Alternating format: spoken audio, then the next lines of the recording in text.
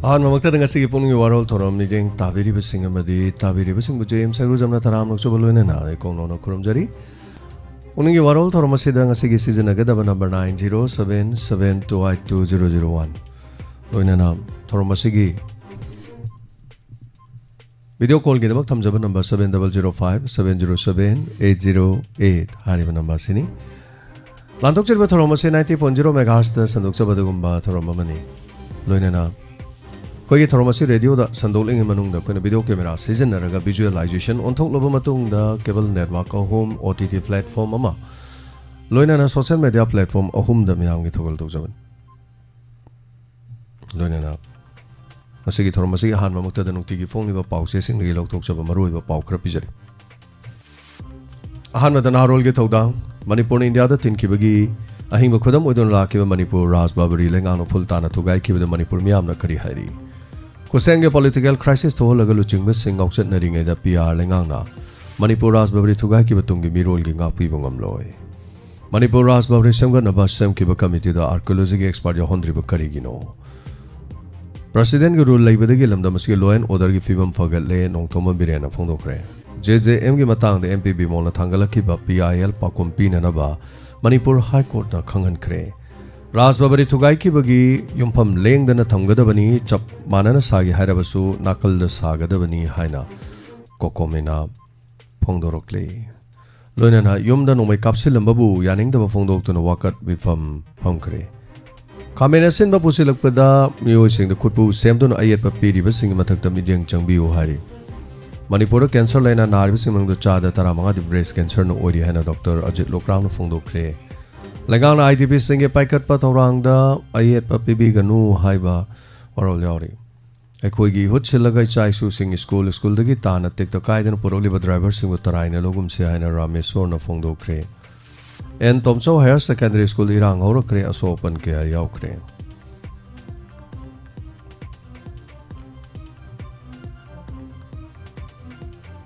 पादम की हेडलाइंस असुलेंगा मचे थाना थुगाई खरब सेलोंग राजबाबरी सिदोकपगी लेहौरिबा फिबम लेंगदना थमलगा नाखंद चमानबा सागदबनेबा कोकोमिनो फोंदोरपो वारोलदा ngasi pandamda yauri pochai pusalapa gari singda ki ekhang piba tax ena lobam de sen gi demand toruba silenga na miyeng changu haiba warol फोंदोरकले loinana lengana ITB single local ko khongthang da thingba pibi gano haina committee na फोंदोरपो warol yauri राजबाबरी थुगाई की बसेमा मणिपुर यो पुआरी मुथत नबा चिनबुंग वारी own केना नबलेंगाक India लेंगा के लोकतुनो बथोंग ने के marks न फोंदोरखरे while काथी पाउसे सिगी हेडलाइंस त सिदो खरबा मफम लेंगदना थंगदबने तोप मफम ममद चमाननो राजबाबरी म सागदबने न कोकोमी न फोंदोरखली पीआर गबमेना पोस्टिंग पीब द फेरिंग तुरिंग तोरकपद पेनरक्त्रे राजबाबरी थुगाई के बगे एक्सएम बिरियन अमसुंग एमएलए केस लोकेना कंडेम तौखरे PDA Sengdok Warol Mayek Sengde Haina Caficon Fondor Warol Yore Dangi Yapun Mama Singli Singani Chamri Matfuga Manga House Pabu Yo in a Sucre Will and Pau say Sigi headlines the Su Criminal casing my own Naba Manipurgi former Ramadi sitting MLA Singi case ex MLA Lukoi Ratan Kumar Masung MLA Sam Kumar casing close story Harakudagi Corner affidavit when a Fondorok Naba Kangan Kre NSCN IM की अयाब याउद्रबदी मणिपुर दा मियाम न पामन सानरिबा मपानदि पुसलपो खामेन SIM चाबा फोंलोइदोरी जल Jeevan mission की फन लान सीजनब थिगतपियो हाइन हाई कोर्ट वाकत थांगलखरे लोइनाना मणिपुर की हिंगबा पुआरी थुगाई की बमायौत सिलोंग खोंजंग संसिंगदोरी हाइबा हिरम सिदा रिपोर्ट बीजेपी एस नेशनल पार्टी अमा ओइबन सेंटर की लुचिमग तानारगा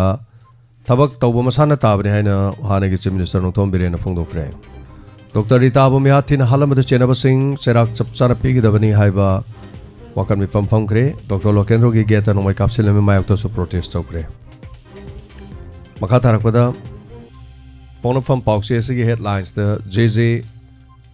मिशन की मखादा मणिपुर पाइखतपम थोब थबक सिंह योमचुन पाइखत किबगी मायोग त पाइखत खिदबगी मायोग त एमपीबी मोना पीआईएल थाखरे प्रेसिडेंट रूल थमक्रम द लॉ एंड ऑर्डर फिबम फगलखी हाइन बिरेना फोंदोपो वारो सेल राजबाबरी थुगाइबा मफम अदु थंगदबनी थंगनबा मफम द सेम सागदबनी हाबा कोकोमी की वारो यावरी इरेमम साउरेन मेमोरियल कॉम्पिटिशन पांगथोखरे लोइनाना ꯅꯨꯄꯤꯅ ꯌꯨ ꯑꯃꯗꯤ ꯆꯨꯔꯨꯞ ꯁꯤꯖꯤꯟꯅꯕꯅ ꯕ꯭ꯔꯦꯁ ꯀꯦꯟꯁꯔ ꯅꯥꯕꯒꯤ ꯆꯥꯡ ꯌꯥꯝꯅ ꯋꯥꯡꯉꯤ ꯍꯥꯏꯕ ꯋꯥꯔꯣꯜꯗ ꯑꯖꯤꯠ ꯂꯨꯈ꯭ꯔꯥꯝꯅ ꯐꯣꯡꯗꯣꯛꯄ ꯋꯥꯔꯣꯜ ꯌꯥꯎꯔꯤ ꯃꯄꯥꯟꯒꯤ ꯑꯣꯏꯕ ꯄꯥꯎꯗ ꯅꯣꯔꯠ ꯀꯣꯔꯤꯌꯥꯅ ꯍꯋꯥꯡꯁꯣꯡ 20 ICBM ꯄꯨꯊꯣꯛꯄꯗ ꯔꯁꯤꯌꯥꯒꯤ ꯃꯇꯦꯡ ꯐꯪꯂꯝꯒꯅꯤ ꯍꯥꯏꯅ ꯆꯤꯡꯅꯔꯤ ꯌꯨꯑꯦꯁꯀꯤ ꯊ꯭ꯔꯦꯠ ꯆꯪꯗ꯭ꯔꯕ ꯔꯁꯤꯌꯥꯅ ꯌꯨꯀ꯭ꯔꯦꯟꯗ ꯑꯃꯨꯛ ꯍꯟꯅ ꯀꯟꯕ ꯑꯦꯇꯦꯛ ꯇꯧꯕꯗ ꯍꯣꯁꯄꯤꯇꯥꯜ ꯑꯃ ꯉꯥ ꯊꯣꯛꯈ꯭ꯔꯦ ꯀꯤꯝ ꯖꯣꯡ ꯑꯃꯗꯤ ꯇ꯭ꯔꯝꯞ ꯎꯅꯔꯕ ꯌꯥꯏ ꯌꯨꯑꯦꯁ ꯑꯃꯗꯤ ꯃꯥꯂꯦꯁꯤꯌꯥꯅ ꯊꯥꯏꯂꯦꯟ ꯀꯝꯕꯣꯗꯤꯌꯥꯒꯤ ꯁꯤꯁꯄꯤꯌꯥꯔ ꯆꯥꯎꯊꯣꯛꯅꯕ ꯍꯣꯠꯅꯔꯤ ꯍꯥꯏꯕ ꯍꯤꯔꯝꯁꯤꯗ ꯔꯤꯄꯣꯔꯠ ꯑꯃꯒ ꯂꯣꯏꯅꯅ ꯉꯁꯤꯒꯤꯗꯃꯛꯇꯗꯤ ꯃꯇꯥꯡ ꯑꯁꯤꯗ ꯅꯨꯡꯇꯤꯒꯤ ꯐꯣꯡꯂꯤꯕ ꯄꯥꯎꯆꯦꯁꯤꯡꯗꯒꯤ ꯂꯧꯊꯣꯛꯆꯕ ꯃꯔꯨꯑꯣꯏ ꯄꯥꯎ ꯂꯣꯏꯁꯤꯟꯖꯔꯦ ꯃꯈꯥ ꯇꯥꯕꯁꯦ ꯑꯩꯈꯣꯏꯒꯤ ꯅꯝꯕꯔꯗ ꯀꯣꯜ ꯇꯧꯕꯤꯗꯨꯅ ꯊꯧꯔꯝ ꯑꯁꯤꯗ ꯁꯔꯨꯛ ꯌꯥꯕꯤꯌꯨ ꯑꯩꯈꯣꯏꯒꯤ ꯅꯝꯕꯔ ꯍꯥꯡꯗꯣꯛꯆꯔꯦ 9077222001 ꯄꯥꯎ ꯄꯥꯔꯤꯉꯩꯗ ꯀꯣꯜ ꯌꯥꯝꯅ ꯇꯧꯁꯟꯕꯤꯔꯝꯕꯁꯤꯡꯗꯨ ꯄꯥꯎ ꯄꯥꯕ ꯂꯣꯏꯖꯔꯦ ꯀꯣꯜ ꯇꯧꯕꯤꯌꯨ ꯌꯥꯔꯤꯕ ꯃꯈꯩ ꯄꯥꯎ ꯄꯥꯔꯤꯉꯩ ꯍꯦꯗꯂꯥꯏꯟꯁ ꯄꯤꯔꯤꯉꯩꯗ ꯀꯣꯜ ꯇꯧꯕꯤꯒꯅꯨ ꯑꯃꯗꯤ ꯊꯧꯔꯝ ꯑꯁꯤ ꯃꯨꯟꯅ ꯇꯥꯔꯒ ꯊꯧꯔꯝ ꯁꯔꯨꯛ ꯌꯥꯕꯤꯌꯨ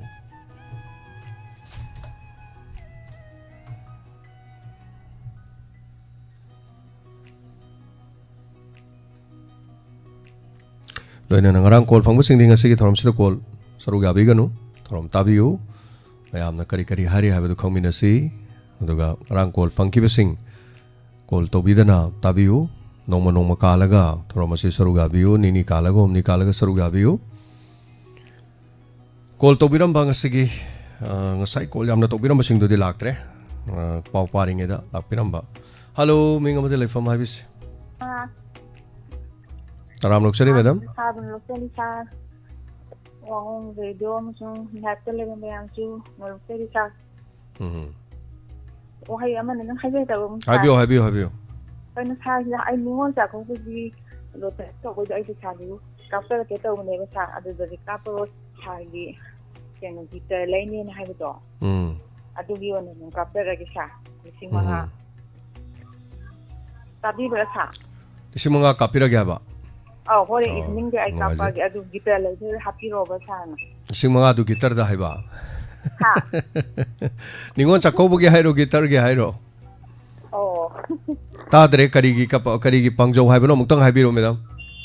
गिटार लाइक सीजन नबिरो हाइबा साना गिटार लेने हाइबा दो सा अदु गिटार सीजन नबिरो हाइबा सा ओ आई हो इवनिंग दा वन कापा गेबा ओ आई निंगोन चक्को के हाइबो निंगोरे थैंक यू थागतचरी हम नुंगाइजरे madam thank you so much from सोरगा बिरोकोका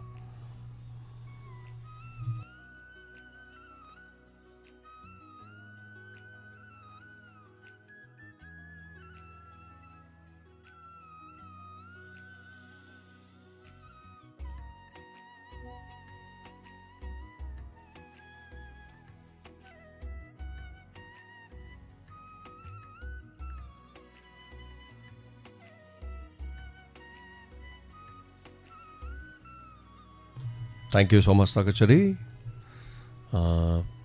First caller, thank you so much. Guitar se phabam lei there do masa home bam lei ta ude gai tare. Thank you guitar ki kapai mi se am ja me tare kara mi je do guitar ki dim man se leite singai have leite guitar dir sing hum pu bi le ang kai pi lam pi le ai tai ado tap tai le sel bai su kai su leite mathau ado da ka oi bi ai tai guitar da khoi acoustic hai ba ma then acoustic te gi mo lo khoi electric guitar hai ba ma lei hai tare electric guitar do kun lei kan effect hai ba ma effect to the gi mo monitor speaker hai ba ma am lei re mai di expansion me am hai tare ado anyway thank you so much guitar lei bi gi nungai ba se kai no hai kan hai eng se dai sadana da ko reng khalo se pham me sadana guitar lei do fit panjal la tham kan ni taw wahang su hangjar ke guitar tu pari sei sak pa yar dum sak piro hai do ne ai guitar khong ba hira magadi artist nu ko adu se nungai re ade mano khong dre na ai ni guitarist ma ko bi have come on lo se pham lo sei sei da wahang hang dara ge du mayam khalak khalak pi sei swadi guitar do dum jeng jeng king ga dum ya se gi nungai bam su le da na studio guitar oi hong no ba gi hai tare ko na thank you so much Takachari. Hello me ngamade like for my bis hello phone to jare bai qualify da gi rajita la sham sa hai bio kari habini ngarang kon aina wa phong ka thamjaning mani ngarang di call taw bang bang gi de duga last ta phang ka da loisan gi ba timing oi de sar na aina nungai phong tok sa gi taw bani da sar na ningon sing gi oi ba ningon pudol na kano ama sin bi ne draw ma taw bi ne ha ba de yam ꯅꯨꯡꯉꯥꯏꯖꯩ ꯌꯥꯝ ꯍꯔꯥꯎꯖꯕ ꯍꯥꯏꯇꯥꯔꯦ ꯑꯗꯨꯒꯤ ꯁꯨꯝ ꯍꯥꯏꯖꯒꯦ ꯑꯗꯒꯤ ꯑꯩꯁꯨ ꯁꯔꯨꯛ ꯌꯥꯖꯒꯦ ꯑꯗꯨꯒ ꯐꯥꯎꯕ ꯐꯥꯎꯗꯕ ꯍꯥꯏꯕꯗꯨꯅ ꯂꯛꯀꯤꯅꯤ ꯑꯗꯨꯒ ꯌꯥꯝ ꯅꯨꯡꯉꯥꯏꯖꯩ ꯌꯥꯝ ꯍꯔꯥꯎꯖꯕ ꯑꯗꯨꯒꯤ ꯁꯥꯔꯗ ꯁꯨꯝ ꯍꯥꯏꯖꯒꯦ ꯁꯥꯔꯅ ꯁꯨꯃꯥꯏꯅ ꯁꯤꯟꯕꯤꯔꯛꯄꯁꯤ ꯅꯨꯡꯉꯥꯏꯖꯩꯑꯅ ꯍꯥꯏꯖꯒꯦ ꯇꯧꯕꯅꯤ ꯁꯥꯔ ꯌꯥꯝ ꯅꯨꯡꯉꯥꯏꯖꯩ ꯊꯥꯒꯠꯆꯔꯤ ꯔꯟꯖꯤꯇꯥ ꯁꯣꯏꯗꯅ ꯁꯔꯨꯛ ꯌꯥꯕꯤꯌꯨ ꯀꯣ ꯁꯔꯨꯛ ꯌꯥꯕꯤꯔꯒ ꯐꯥꯎꯕ ꯑꯃꯁꯨꯡ ꯐꯥꯎꯗꯕꯗ ꯂꯥꯏꯕꯛꯇꯅꯤ ꯃꯥꯏ ꯃꯔꯥꯏꯕꯛꯇ ꯑꯗꯨꯝ ꯂꯩꯖꯔꯝꯖꯅꯦꯕ ꯌꯥꯝ ꯅꯨꯡꯉꯥꯏꯗꯦ ꯍꯧꯖꯤꯛ ꯅꯤꯉꯣꯜ 9 ꯁꯨꯈ꯭ꯔꯕꯅꯦ ꯅꯤꯄꯥꯟꯁꯦ ꯑꯗꯨꯝ ꯑꯩꯈꯣꯏ ꯅꯝꯗꯅ ꯑꯗꯨꯝ ꯍꯥꯏꯇꯥꯔꯦ ꯃꯌꯥꯝꯅ ꯄꯨꯊꯣꯔꯛꯇꯕ ꯅꯝꯗꯅ ꯑꯗꯨꯝ ꯌꯦꯡꯉꯒ 10 ꯑꯗꯨꯝ 9ꯗꯤ ꯅꯨꯡꯉꯥꯏꯇꯦꯕ 10 ꯍꯦꯛ ꯑꯣꯏꯕ 15 ꯍꯦꯛ ꯑꯣꯏꯕ ꯅꯨꯡꯉꯥꯏꯔꯤꯁꯤꯕꯣꯕ ꯍꯦꯛ ꯈꯨꯖꯤꯡ ꯑꯣꯏꯕꯗꯣ ꯑꯗꯣ ꯑꯦꯅꯤꯋꯦ ꯌꯦꯡꯃꯤꯟꯅꯔꯁꯤ ꯅꯤꯉꯣꯜ ꯑꯗꯨꯃꯥꯏꯅ ꯈꯟꯀꯠꯂꯀꯥꯟꯗ ꯑꯗꯨꯒ ꯑꯩꯈꯣꯏꯒꯤ ꯍꯥꯏꯔꯤꯕ ꯅꯤꯉꯣꯜꯒꯤ ꯊꯧꯔꯝ ꯑꯁꯤꯗꯗꯤ ꯑꯩꯈꯣꯏꯅ ꯀꯔꯤꯒꯨꯝꯕ ꯑꯃꯠꯇ ꯑꯩꯈꯣꯏꯅ ꯂꯧꯒꯗꯕ ꯂꯩꯇꯦ ꯑꯩꯈꯣꯏꯅ ꯔꯦꯖꯤꯁꯇ꯭ꯔꯦꯁꯟꯒꯤ ꯐꯤꯅꯆꯤꯡꯕ ꯀꯔꯤꯒꯨꯝꯕ ꯑꯃꯠꯇ ꯂꯧꯖꯔꯣꯏ ꯅꯤꯉꯣꯜꯁꯤꯡ ꯌꯥꯎꯕꯤꯌꯨ ꯇꯧꯕꯗꯗꯤ ꯌꯥꯎꯔꯤꯕ ꯅꯤꯉꯣꯜꯁꯤꯡꯗꯣ ꯑꯩꯈꯣꯏꯒꯤ ꯊꯧꯔꯝ ꯇꯥꯕ ꯅꯤꯉꯣꯜꯁꯤꯡ ꯑꯣꯏꯕꯤꯌꯨ ꯑꯩꯈꯣꯏꯒꯤ ꯊꯧꯔꯝ ꯇꯥꯕꯤꯕꯅ ꯍꯦꯟꯅ ꯑꯩꯈꯣꯏꯅ ꯅꯨꯡꯉꯥꯏꯖꯩ ꯍꯥꯏꯇꯥꯔꯦ ꯑꯗꯨꯅ ꯊꯥꯒꯠꯆꯔꯤ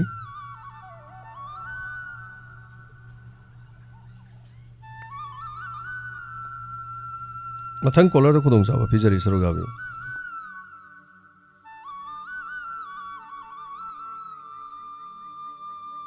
ꯍꯜꯂꯣ ꯃꯤꯡ ꯑꯃꯗꯤ ꯂꯩꯐꯝ ꯍꯥꯏꯕꯤꯌꯨ ꯊꯪꯖ ꯄꯥꯠꯇꯨ ꯔꯟꯙꯣꯅꯤ ꯇꯔꯥꯝ ꯂꯧꯆꯔꯤ ꯇꯥꯛꯄꯤꯌꯨ ꯀꯔꯤ ꯋꯥꯐꯝ ꯍꯥꯏꯕꯤꯅꯤꯡꯕ ꯏꯕꯨꯡꯉꯣ ꯄꯨꯛꯅꯤꯡ ꯋꯥꯔꯣꯜꯁꯤ ꯁꯨꯝ ꯏꯃꯥꯅ ꯁꯨꯝ ꯇꯥꯖꯔꯛꯄꯗꯨꯅ ꯈꯤꯇꯪ ꯁꯨꯝ ꯐꯣꯡꯗꯣꯛꯆꯒꯦ ꯇꯧꯕꯅꯤ ꯍꯥꯏꯕꯤꯌꯨ ꯌꯥꯝꯅꯅꯦ ꯅꯨꯡꯉꯥꯏꯌꯦ ꯏꯆꯥꯒꯤꯁꯦ ꯌꯥꯝ ꯊꯥꯒꯠꯆꯔꯤ ꯄ꯭ꯔꯇꯤꯚꯥ ꯂꯩꯕ ꯏꯆꯥꯅꯤ ꯃꯤ ꯑꯁꯨꯛ ꯌꯥꯝꯕ ꯃꯤ ꯄꯨꯝꯅꯃꯛꯁꯦ ꯁꯨꯝꯕ ꯉꯝꯕ ꯊꯋꯥꯏ ꯅꯨꯡꯉꯥꯏꯍꯟꯕ ꯉꯝꯕ ꯌꯥꯝꯅ ꯃꯇꯤꯛ ꯃꯒꯨꯟ ꯂꯩꯕ ꯏꯆꯥꯅꯤ ꯍꯥꯏꯖꯒꯦ ꯇꯧꯖꯕꯅꯤ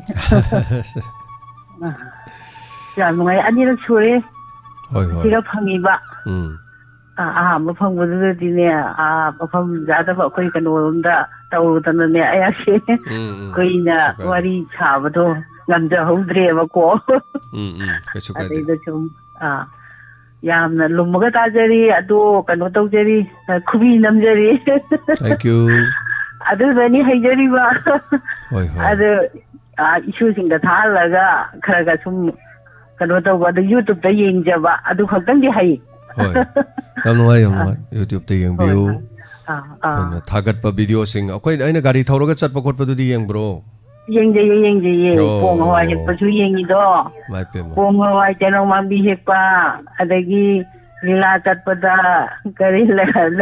ꯂꯝꯕꯤꯗ ꯁꯨꯝ ꯂꯥꯛꯄ ꯈꯣꯠꯄ ꯂꯣꯏꯅ ꯑꯗꯒꯤ ꯏꯁꯩ ꯁꯛꯄ ꯈꯣꯠꯄ ꯂꯣꯏ ꯌꯦꯡꯖꯩ ꯌꯥꯝ ꯅꯨꯡꯉꯥꯏ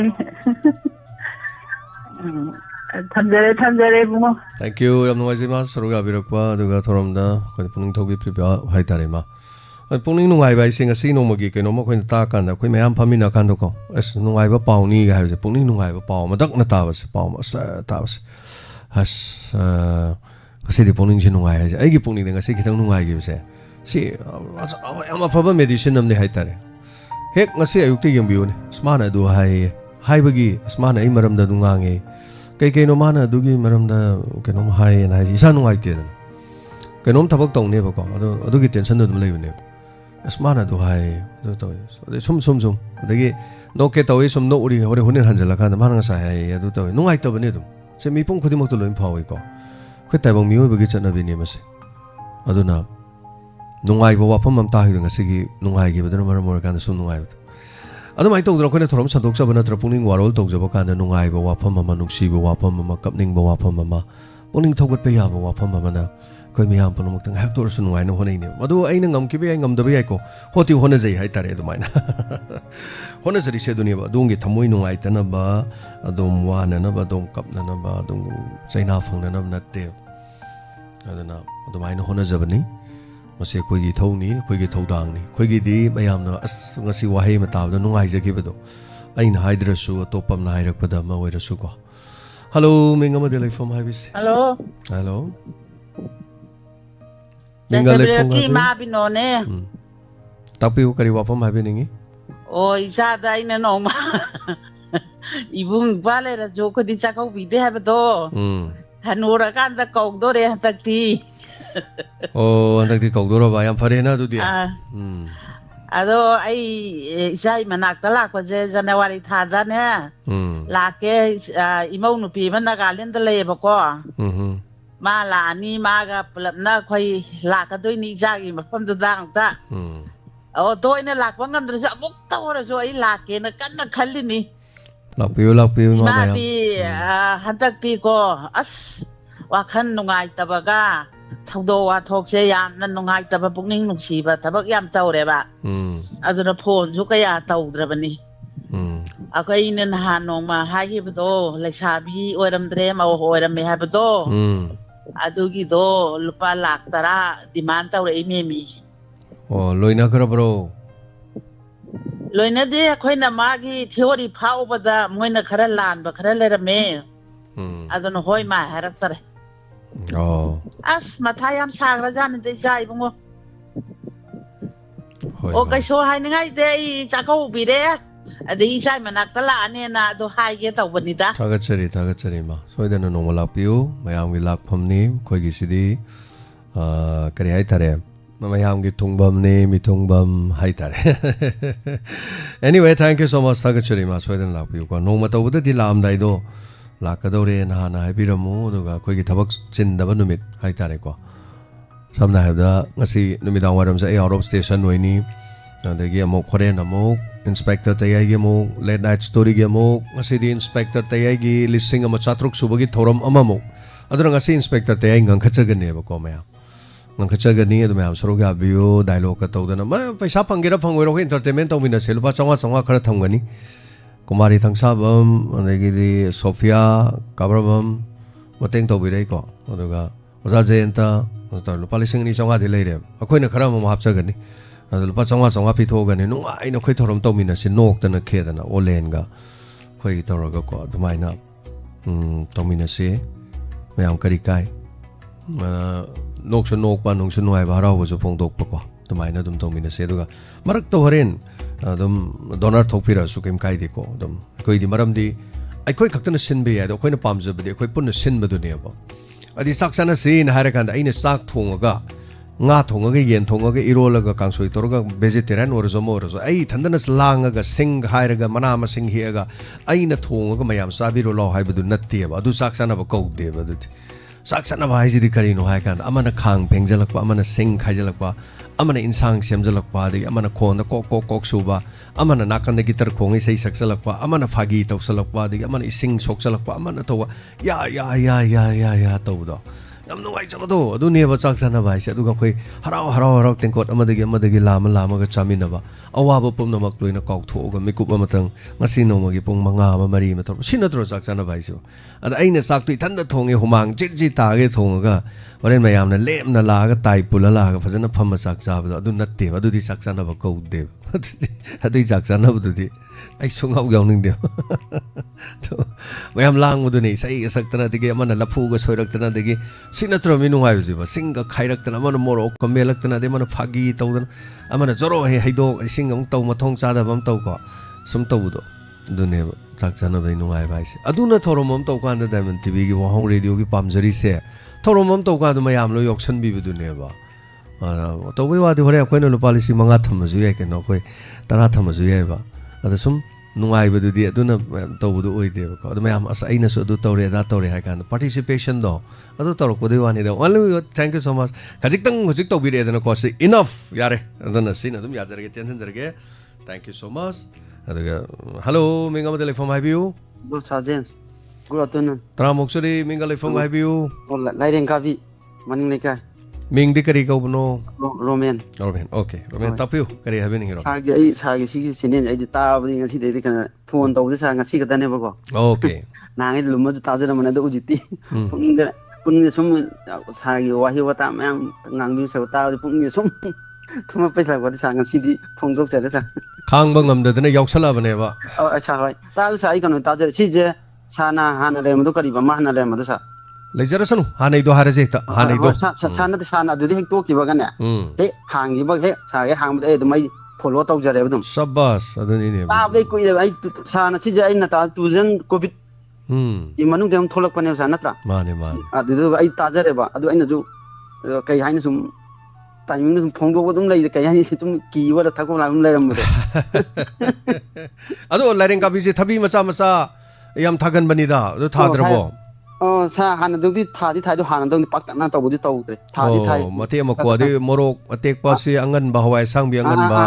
to kalen thabi ko oi yam to ni ne dom sai adu to ke jina kan na sa ko ji lo je lo je na na ni lo je lo tan no to ko adun ta de yung mani lo lo re ko mayam de ngan na puthoi dana kalen thabi do ko oi adi de han tak ti mu ko hangam nong gang je yam patan to re han de gi okay ab ma chin da ma ngan da wi da romen yam no sa na ai sa inga si de kan da sa adu sa i do na gi do ayu kan to bu kya de kan to de sa du tang ai join romen yaw ko dong ni lairen ka bi de kan ham yaw de ba ko yaw dong ni lairen ka bi gi khun gi mai ngak na ba aduga yaw dong ni hai dar akhoi loina dong ni akhoi family ko puladi romen gi yum da akhoi donor me ham kana khang ni ko nungai ba harau ba matang matam da dum loi la kani akhoi su hayeng koina chatpa na thorom to duri ko ai drone lei doi ni ado aina akhoi lairen ka bi da lak ke hedi kana gi yum da lak doi no ba ado lam do khangna ba mi leitre di lairen ka bi de chatpa do khoi su tal le ba wari ni ko khangna bam lei di romen akhoi hore la kani wari ni ko koi mi taruk la kani le biram mo romen hai lore romen adai du gi akhoi thorom ta ba imai ben manga turuk natra khanbiram maga koi lampak kumba school gumba de gi community hall gumba am da khoi hak phamina ra lore natra bora cha thangmina ra lore adu ga khoi na adai gi mafam se karino lairen ka bi da kwai di phajaba karino lairen ka bi da kari lei high school leibra higher secondary leibra sing thakna ba kam dori adu ga sanabung leibra lamdam sigi ana laing sangi phc leibra adu ga kari lege gain awar pa ga si tawdana de gi mafam do de leiri ba mayam do wari ge sana dana isai mdang khan bi u ga ne ko ade isai mdang ngam bi u ne ga na phagi mdang to bi u ga na tawro tawdre adu mai tawdana half 30 minute or something minute khara gi oina video om sem doi ne leren ka bi do khone na drone ga pai doi ne wari bo adu mai tro kan khoi documentary im sem ba ngasi de gi muk chahi manga muk le ga mari muk le ka khoi leren ka bi do muk sa kan na hawa khoi na la ma du ga matung sahi manga after sahi manga matung da laren kabi de kari won ba hong bala ke gan wari wani da samna so ain laren kabi da haibe wani madu karong do oibe yai natra adegi di adom saita hai tare mafam le diba kun thang na ba mafam do pasoi do oibe yai natra lamdeng do oibe yai adegi amado oibe sum chala ko doine anyway thank you so much romen adune akhoi sidai da pun bai jinga saina participation hai ji kai no hai kan ai amadi tare ai amadi leire adu akhoi punjal laga yaw bu dui wani da adegi di awana tar kan khoi mateng pang na doine khangbu khangna dre khoi na mateng pang bu su parak tare mana so khoi da hai ngamaroi khoi na su pang ngamaroi natra yam sangang man gre tental ge thank you so much romen join tokshan view kaisun nate punjan buduni adun ai nga sai jai da khoi na function am tawe ga ha donor function tawe khoi tok jai ji hoji stage khoi sani stage khoi no wai ni stage bu bani am lo ro ni pochai sem ni ko ni thong ju thak ni everything khoi loi tong loisan ba jo khoi loi salong sine ba khoi tok jai se kai no sumang da la tar kan mi da sa ko en adu gi se ba du ne ada khoi na mo hen pam jabadi che chan ngan ta na ga lak ta na plau han ba ge hek yaw ro ba dei che chan jing na mayam se tor kan da kari lege kan yaw ro ba to ro ba do madu ne ba khoi yam pam jai se adu loina bakti lam lak pani na ngam de ko adu bu sangjan bi da na lak bi da na dum yaw bi bi yawi yam nungai adu ma matan ko la ma la me kol pa hudre ai ma kon tholu da bai tare adu anyway mathang amu tum tobiro ai na ngaudre hello ming amade le phone hai bi hello oh ming ga le phone ta piu ming kari kau ge Samu de ni go lu jang ko kari lam de ge samuru de okay tapiu kari habi ningi kari wa phone tham bi ningi kari habi ningi go gi thoram je ta gari na ha ya yeah yam nungai je adu di oi na gari thora satpa de gi puning waron and de derman gi asin to bo ko plo ye jari yam nungai drama gi ria sel to bo gai do koina drama kamai nami kamai na ria sel to wi gai do le ure ne ko adu di oi ure de ngam da na di ha na so i go gi puning waron je ai to jare oi tiek na lai do pa long to ni ha do adu khong phara bro jik po phati e ai na ong te ai khong ji phara di am ta ya su do na ga jam yong ni do adu ai ꯐꯪꯗꯧ ꯃꯥꯟꯗ꯭ꯔꯦ ꯐꯅꯤꯗ ꯉꯥꯏꯀꯣ ꯑꯩ operation ꯇꯧꯗꯧꯕꯁꯨ ꯌꯥꯝꯃꯦꯕ ꯑꯩ ꯈꯨꯁꯦ ꯍꯟꯗꯛ ꯆꯠꯂꯨꯔꯦꯕ ꯁꯤ operation ꯇꯧꯅꯕ ꯍꯥꯏꯅꯁꯤꯔꯅ ꯗꯥꯛꯇꯔꯗꯨꯅ ꯑꯗꯨꯝ ꯐꯩꯔꯨꯁꯤꯗ ꯇꯦꯛꯄꯅꯦ ꯐꯩꯔꯨꯁꯤ ꯌꯣꯠ ꯊꯨꯝꯃꯦ ꯑꯃꯨꯛꯁꯨ ꯅꯥꯔꯛꯑꯦꯅ ꯇꯧꯕꯗ ꯐꯩꯔꯨꯁꯤꯗ ꯑꯃꯨꯛ ꯁꯤ ꯁꯔꯨ ꯁꯣꯟꯊꯔ ꯇꯧꯅ ꯑꯃꯨꯛ ꯐꯩꯔꯨꯁꯤ ꯑꯃꯨꯛ ꯇꯧꯗ ꯌꯥꯔꯣꯏ ꯍꯥꯏꯔꯦ ꯈꯨ ꯇꯧ ꯌꯥꯈꯤꯔꯣꯏꯅ ꯃꯁꯤꯡꯁꯤ ꯌꯥꯝꯃꯟꯗꯅ ꯑꯩ ꯑꯗꯩ ꯄꯩꯁꯥꯁꯨ ꯌꯥꯝ ꯆꯥꯎꯋꯦꯅ ꯁꯔꯨ ꯑꯝꯗ ꯂꯥꯛꯑꯝꯃꯒꯦꯌꯦ ꯈꯨꯁꯤꯗꯤ ꯁꯔꯨ 3 ꯁꯦꯟꯗꯧꯅꯤ ꯍꯥꯏꯔꯦ ꯐꯩꯔꯨꯁꯤꯅ ꯁꯔꯨ ꯑꯃ ꯑꯗꯩ ꯈꯣꯡ ꯅꯥꯀꯟꯁꯤꯁꯨ ꯈꯨꯁꯤ ꯑꯝꯇ ꯌꯥꯗꯦ ꯃꯁꯤꯁꯨ ꯃꯔꯨ ꯑꯣꯏꯕꯅꯤꯅꯦ ꯈꯣꯡ ꯍꯥꯏꯕꯁꯦ ꯕꯦꯔꯥꯅꯤꯅꯦꯀꯣ ꯑꯗꯨ ꯈꯣꯡ ꯆꯪꯉꯝꯗꯕꯅꯤ ꯆꯥꯏ ꯏꯁꯤꯡꯕꯨꯗꯤ ꯑꯗꯨꯝ ꯆꯥꯏ ꯑꯗꯩ ꯋꯥꯈꯜꯁꯤꯅ ꯅꯨꯡꯉꯥꯏꯇ꯭ꯔꯦ ꯁꯨꯝ ꯑꯗꯨꯅ ꯃꯥꯅꯤꯅꯦ ꯋꯥꯈꯜ ꯁꯣꯟꯖꯜꯂꯛꯄ ꯇꯥꯕꯅꯤꯅꯦ ꯆꯠꯄ ꯈꯣꯠꯄ ꯂꯦꯡꯕ ꯑꯣꯠꯄꯗꯣ ꯉꯝꯖꯔꯗꯤ ꯅꯨꯡꯉꯥꯏꯕꯗꯣ ꯀꯩꯅꯣꯒꯤ ꯅꯍꯥꯟ ꯒꯨꯂꯤ ꯑꯗꯨꯝ ꯆꯥꯕꯅꯦ ꯇꯨꯝꯕ ꯌꯥꯗꯕꯅꯤꯅ ꯒꯨꯂꯤꯗꯤ ꯑꯗꯨꯝ ꯑꯩꯈꯣꯏ ꯆꯍꯤ 30 ꯍꯦꯜꯂꯕꯅꯦ ꯑꯩꯅ ꯆꯥꯔꯛꯏꯁꯦ ꯇꯨꯝꯕꯒꯤ ꯑꯗꯒꯤ ꯍꯧꯖꯤꯛꯁꯨ ꯂꯦꯞꯄ ꯉꯝꯗ꯭ꯔꯦ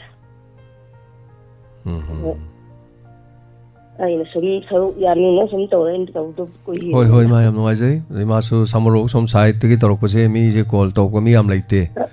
ꯑꯗꯨ ꯂꯩꯇꯦ ꯑꯗꯨꯅ ꯑꯩꯁꯨ ꯁꯨꯝ ꯇꯥꯕ ꯀꯩꯅꯣ ꯁꯥꯃꯨꯒꯤ ꯃꯤꯁꯤꯡꯁꯤꯕꯨ ꯑꯝꯇ ꯇꯧꯗ꯭ꯔꯤꯕ ꯑꯗꯩ ꯀꯩꯅꯣꯒꯤ ꯁꯦꯛꯁꯄꯤꯌꯥꯔ ꯑꯗꯨꯒꯤ ꯏꯆꯥ ꯅꯨꯄꯥꯗꯣ ꯌꯥꯝ ꯅꯨꯡꯁꯤ ꯃꯥ ꯁꯔꯨ ꯌꯥꯝ ꯌꯥꯏ ꯑꯗꯨꯝ ꯇꯥꯏꯕ ꯃꯥ ꯉꯥꯡꯕꯁꯦ ꯌꯥꯝ ꯅꯨꯡꯉꯥꯏ ꯑꯩꯅ ꯑꯩꯗꯤ ꯋꯥ ꯉꯥꯡꯕꯁꯨ ꯍꯩꯇꯦ ꯑꯗꯨꯅ ꯑꯩ ꯐꯣꯟ ꯁꯨꯡꯇꯧ ꯇꯧꯔꯛꯇꯕꯅꯦ ꯍꯣꯏ ꯃꯥꯗꯨꯕꯨ ꯌꯥꯝ ꯅꯨꯡꯉꯥꯏꯖꯔꯦ ꯑꯩꯈꯣꯏꯒꯤ ꯑꯗꯣꯝꯒꯤ ꯃꯥꯏꯀꯩꯒꯤ ꯃꯍꯨꯠ ꯁꯤꯟꯗꯅ ꯀꯣꯜ ꯇꯧꯕꯤꯔꯝꯕ ꯑꯗꯒꯤ ꯑꯩꯈꯣꯏ ꯔꯣꯃꯦꯟꯁꯨ ꯃꯈꯣꯏꯒꯤ ꯑꯁꯣꯝ ꯃꯥꯏꯀꯩꯒꯤ ꯂꯥꯏꯔꯦꯡꯀꯥꯕꯤꯒꯤ ꯃꯍꯨꯠ ꯁꯤꯟꯗꯅ ꯀꯣꯜ ꯇꯧꯕꯤꯔꯝꯃꯦ ꯁꯨꯃꯥꯏꯅ ꯂꯝ ꯑꯃꯃꯝꯒꯤ ꯉꯁꯥꯏ ꯌꯥꯎꯔꯛꯄꯁꯦ ꯌꯥꯝ ꯅꯨꯡꯉꯥꯏꯖꯩꯑꯕ ꯃꯍꯨꯠ ꯁꯤꯜꯂꯒ ꯍꯥꯏꯇꯥꯔꯦ ꯏꯚꯟ ꯂꯝ ꯑꯃꯃꯝꯒꯤ ꯑꯗꯨꯃꯥꯏꯅ ꯌꯥꯎꯕꯤꯔꯗꯤ ꯀꯌꯥꯝ ꯅꯨꯡꯉꯥꯏꯅꯤꯀꯣ ꯌꯥꯝ ꯅꯨꯡꯉꯥꯏꯖꯩ ꯑꯗꯨꯒ ꯊꯥꯒꯠꯆꯔꯤ ꯄꯨꯟꯁꯤꯁꯦ ꯁꯤ ꯉꯥꯛꯇꯅꯤꯗ ꯏꯃꯥ ꯏꯕꯦꯝꯃ ꯀꯔꯤ ꯍꯥꯏꯗꯣꯏꯅꯣ ꯈꯣꯡ ꯈꯨꯠ ꯑꯩꯈꯣꯏꯁꯨ ꯈꯜꯂꯤ ꯑꯗꯨꯅ ꯑꯩꯈꯣꯏꯁꯨ ꯑꯅꯥꯕ ꯃꯌꯥꯝ ꯑꯃ ꯇꯧꯕꯁꯤꯗ ꯈꯣꯡ ꯈꯨꯠ ꯑꯩꯈꯣꯏ ꯌꯥꯝ ꯈꯜꯂꯦꯕ ꯑꯗꯨꯅ ꯈꯣꯡꯗ ꯅꯝ ꯑꯣꯏꯕ ꯑꯗꯒꯤ ꯀꯔꯤ ꯍꯥꯏꯅꯤ ꯈꯣꯡ ꯄꯣꯝꯈꯠꯄ ꯈꯣꯠꯄ ꯑꯩꯈꯣꯏꯁꯨ ꯈꯣꯡꯁꯨ ꯑꯗꯨꯝ ꯌꯥꯟꯊ ꯂꯩꯕꯅꯤꯅ ꯇꯧꯋꯦꯕ ꯌꯥꯝꯅ ꯑꯗ ꯑꯩꯅ ꯈꯜꯂꯤꯅꯤ ꯏꯁꯥ ꯏꯊꯟꯗꯒ ꯈꯟꯕ ꯀꯥꯟꯗ ꯈꯣꯡꯁꯤꯅ ꯆꯠꯄ ꯉꯝꯈꯤꯗ꯭ꯔꯗꯤ ꯆꯠꯅꯤꯡꯕ ꯃꯐꯝ ꯈꯨꯗꯤꯡꯃꯛꯁꯤ ꯆꯠꯄ ꯉꯝꯃꯣꯏꯗꯣꯏꯅꯦ ꯃꯗꯨꯗꯩ ꯍꯦꯟꯗꯣꯛꯈꯤꯗꯅ ꯏꯃꯨꯡꯗꯒꯤ ꯁꯨꯃꯥꯡꯗꯒꯤ ꯃꯅꯤꯡ ꯃꯌꯥ ꯂꯩꯗꯅꯀꯣ ꯁꯨꯃꯥꯏꯅ ꯑꯗꯒꯤ ꯃꯤꯠꯁꯦ ꯌꯥꯝ ꯕꯦꯔꯥꯅꯦꯕ ꯑꯗꯨꯅ ꯑꯩꯈꯣꯏ ꯊꯕꯛꯁꯦ ꯁꯨꯝ ꯁꯨꯔꯀꯥꯟꯗ ꯀꯝꯄ꯭ꯌꯨꯇꯔꯁꯤ ꯌꯦꯡꯉꯀꯥꯟꯗ ꯌꯦꯡꯅ ꯀꯝꯄ꯭ꯌꯨꯇꯔ ꯃꯌꯦꯛꯁꯤ ꯑꯅꯧꯕ ꯎꯁꯜꯂꯛꯇꯕ ꯇꯥꯏꯃꯤꯡꯒ ꯁꯤ ꯌꯥꯎꯁꯜꯂꯦꯕ ꯌꯥꯝ ꯅꯨꯡꯉꯥꯏꯇꯖꯥꯠꯅꯤ ꯑꯗꯣ ꯑꯦꯖ ꯐꯦꯛꯇꯔꯅꯤ ꯑꯗꯨꯝ ꯂꯥꯛꯏꯅꯤ ꯆꯍꯤ ꯑꯉꯥꯡ ꯅꯠꯇ꯭ꯔꯕꯅꯤꯅ ꯑꯗꯨꯝ ꯇꯞꯅ ꯑꯗꯨꯝ ꯇꯧꯔꯛꯄ ꯃꯇꯝꯗ ꯑꯗꯨꯝ ꯇꯧꯋꯦ ꯍꯥꯏꯖꯔꯤꯕꯀꯣ ꯁꯤꯒꯨꯝꯕꯁꯤꯁꯨ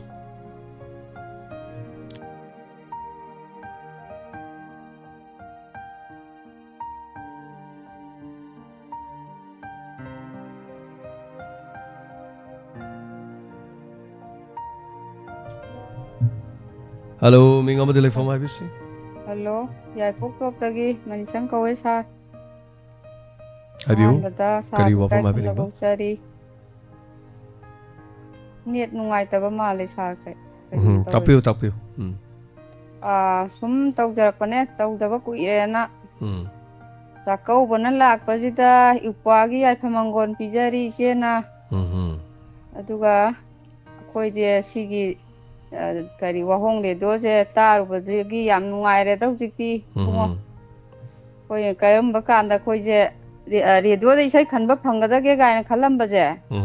hujikti yam nungaire taningba matamda dum khanbasu phange adagi arapadagi imajing adai isejing khangnadana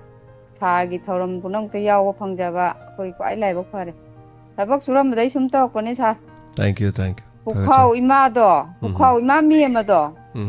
Magi khonjen je am phajai nungju nungsiba yamna aiga phone number piro na lawra phone tawnare do ma haiba isa gi photo tharo na sar aigi photo je thagre do ma haiba ai jam phajai heroni kumba ya ni haida imaju phajaram do male imai khonjen je am phajai na haiba ina do asna hayeng isa na yenga khangani ai du musin mui nang hayeng yengda khangdoi na hai sar ima du bu mubra ne Muradi mirai ga hero Mirai rồi. Yam nung siba. Mudam nida. Kaso mudam.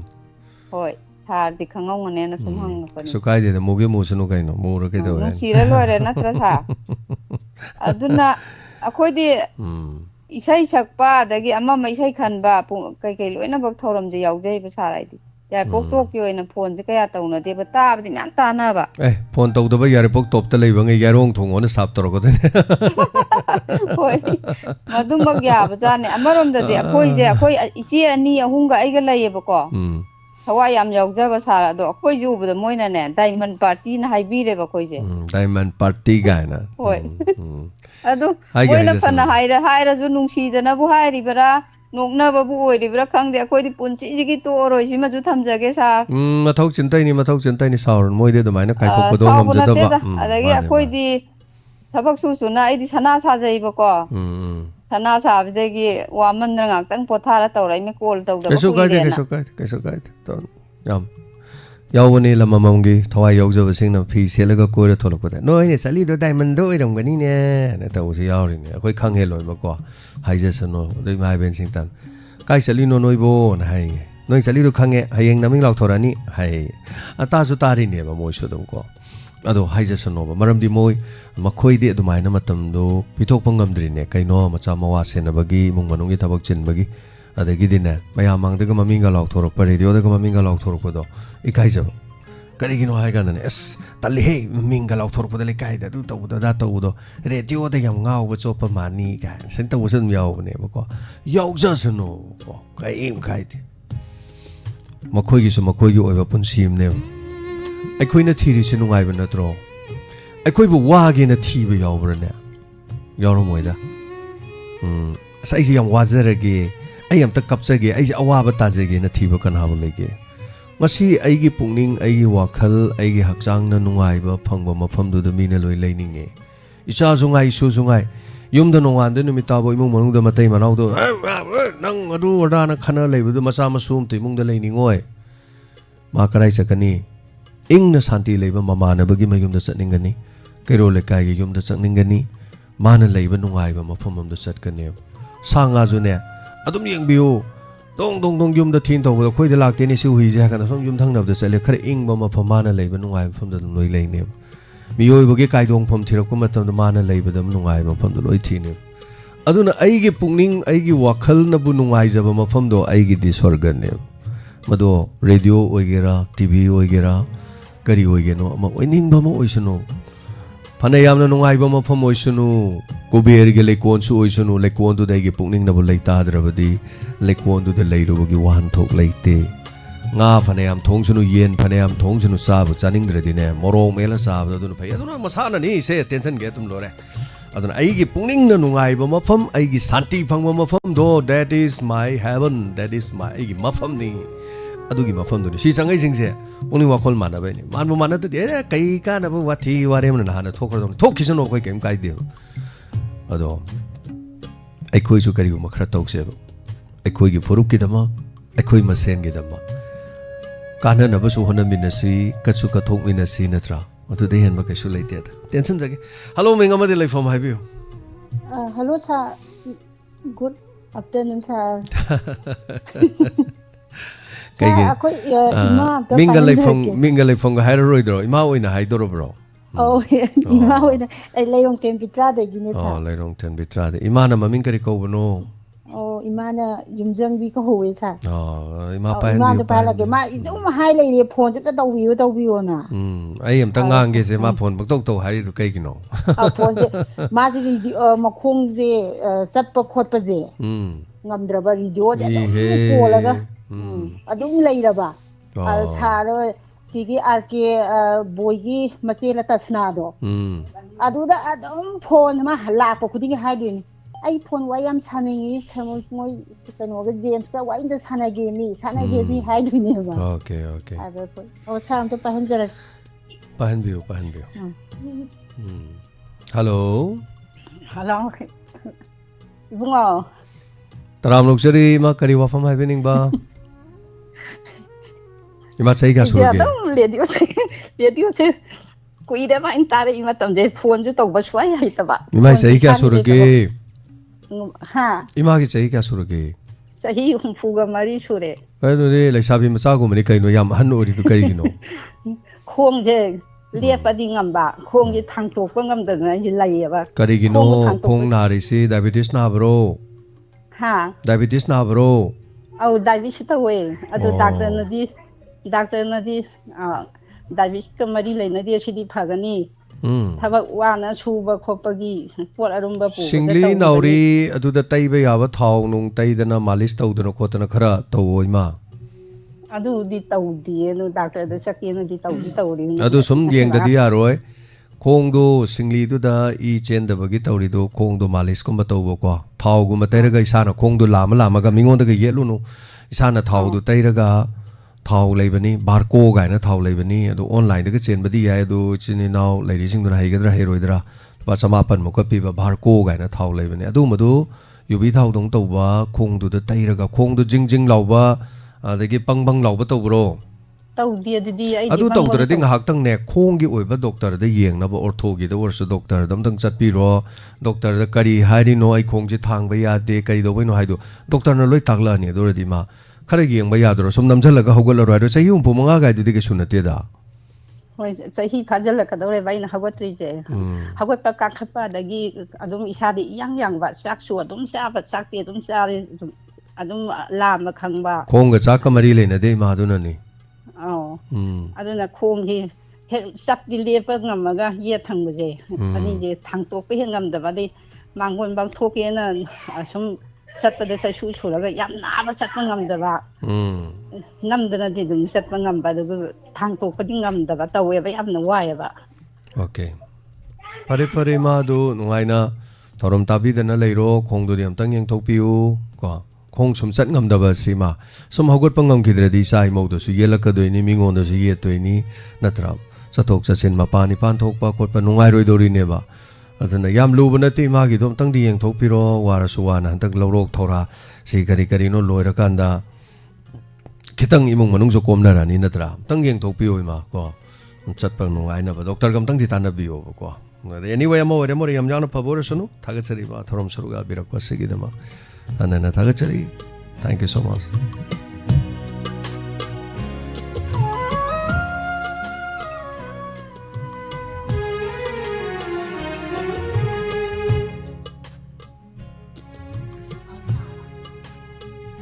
Hello. Si Pukning Yuar. Pukning Yuar ni tapi minggal ipang ga habiu. Jam ku ida bane ko sa dang taw ka kenai jan hona je ano tadi phang ba dong ati di ai di alai ba pha ban mit o ado habiu kari wa fam habening ba hello taje makha habiu aina habening ko se ko pi aina habening bo wa fam je ma jo ba ko gi gadi je thauna ko gi ye lom da akwai ilmin da ta ba zai hundaran ba ne ba kuna wani tattala a da su je to mai nan ba to kana kan da su ba sai ba tida na yi a kuma ne wannan da hadin ba amma na ne a da ba sin da kota network to yam nungai tre ta ba di nungai tre kari haino gari thau ba kai do haino akwai gisin jumba Adiga tapos pa tabi berasa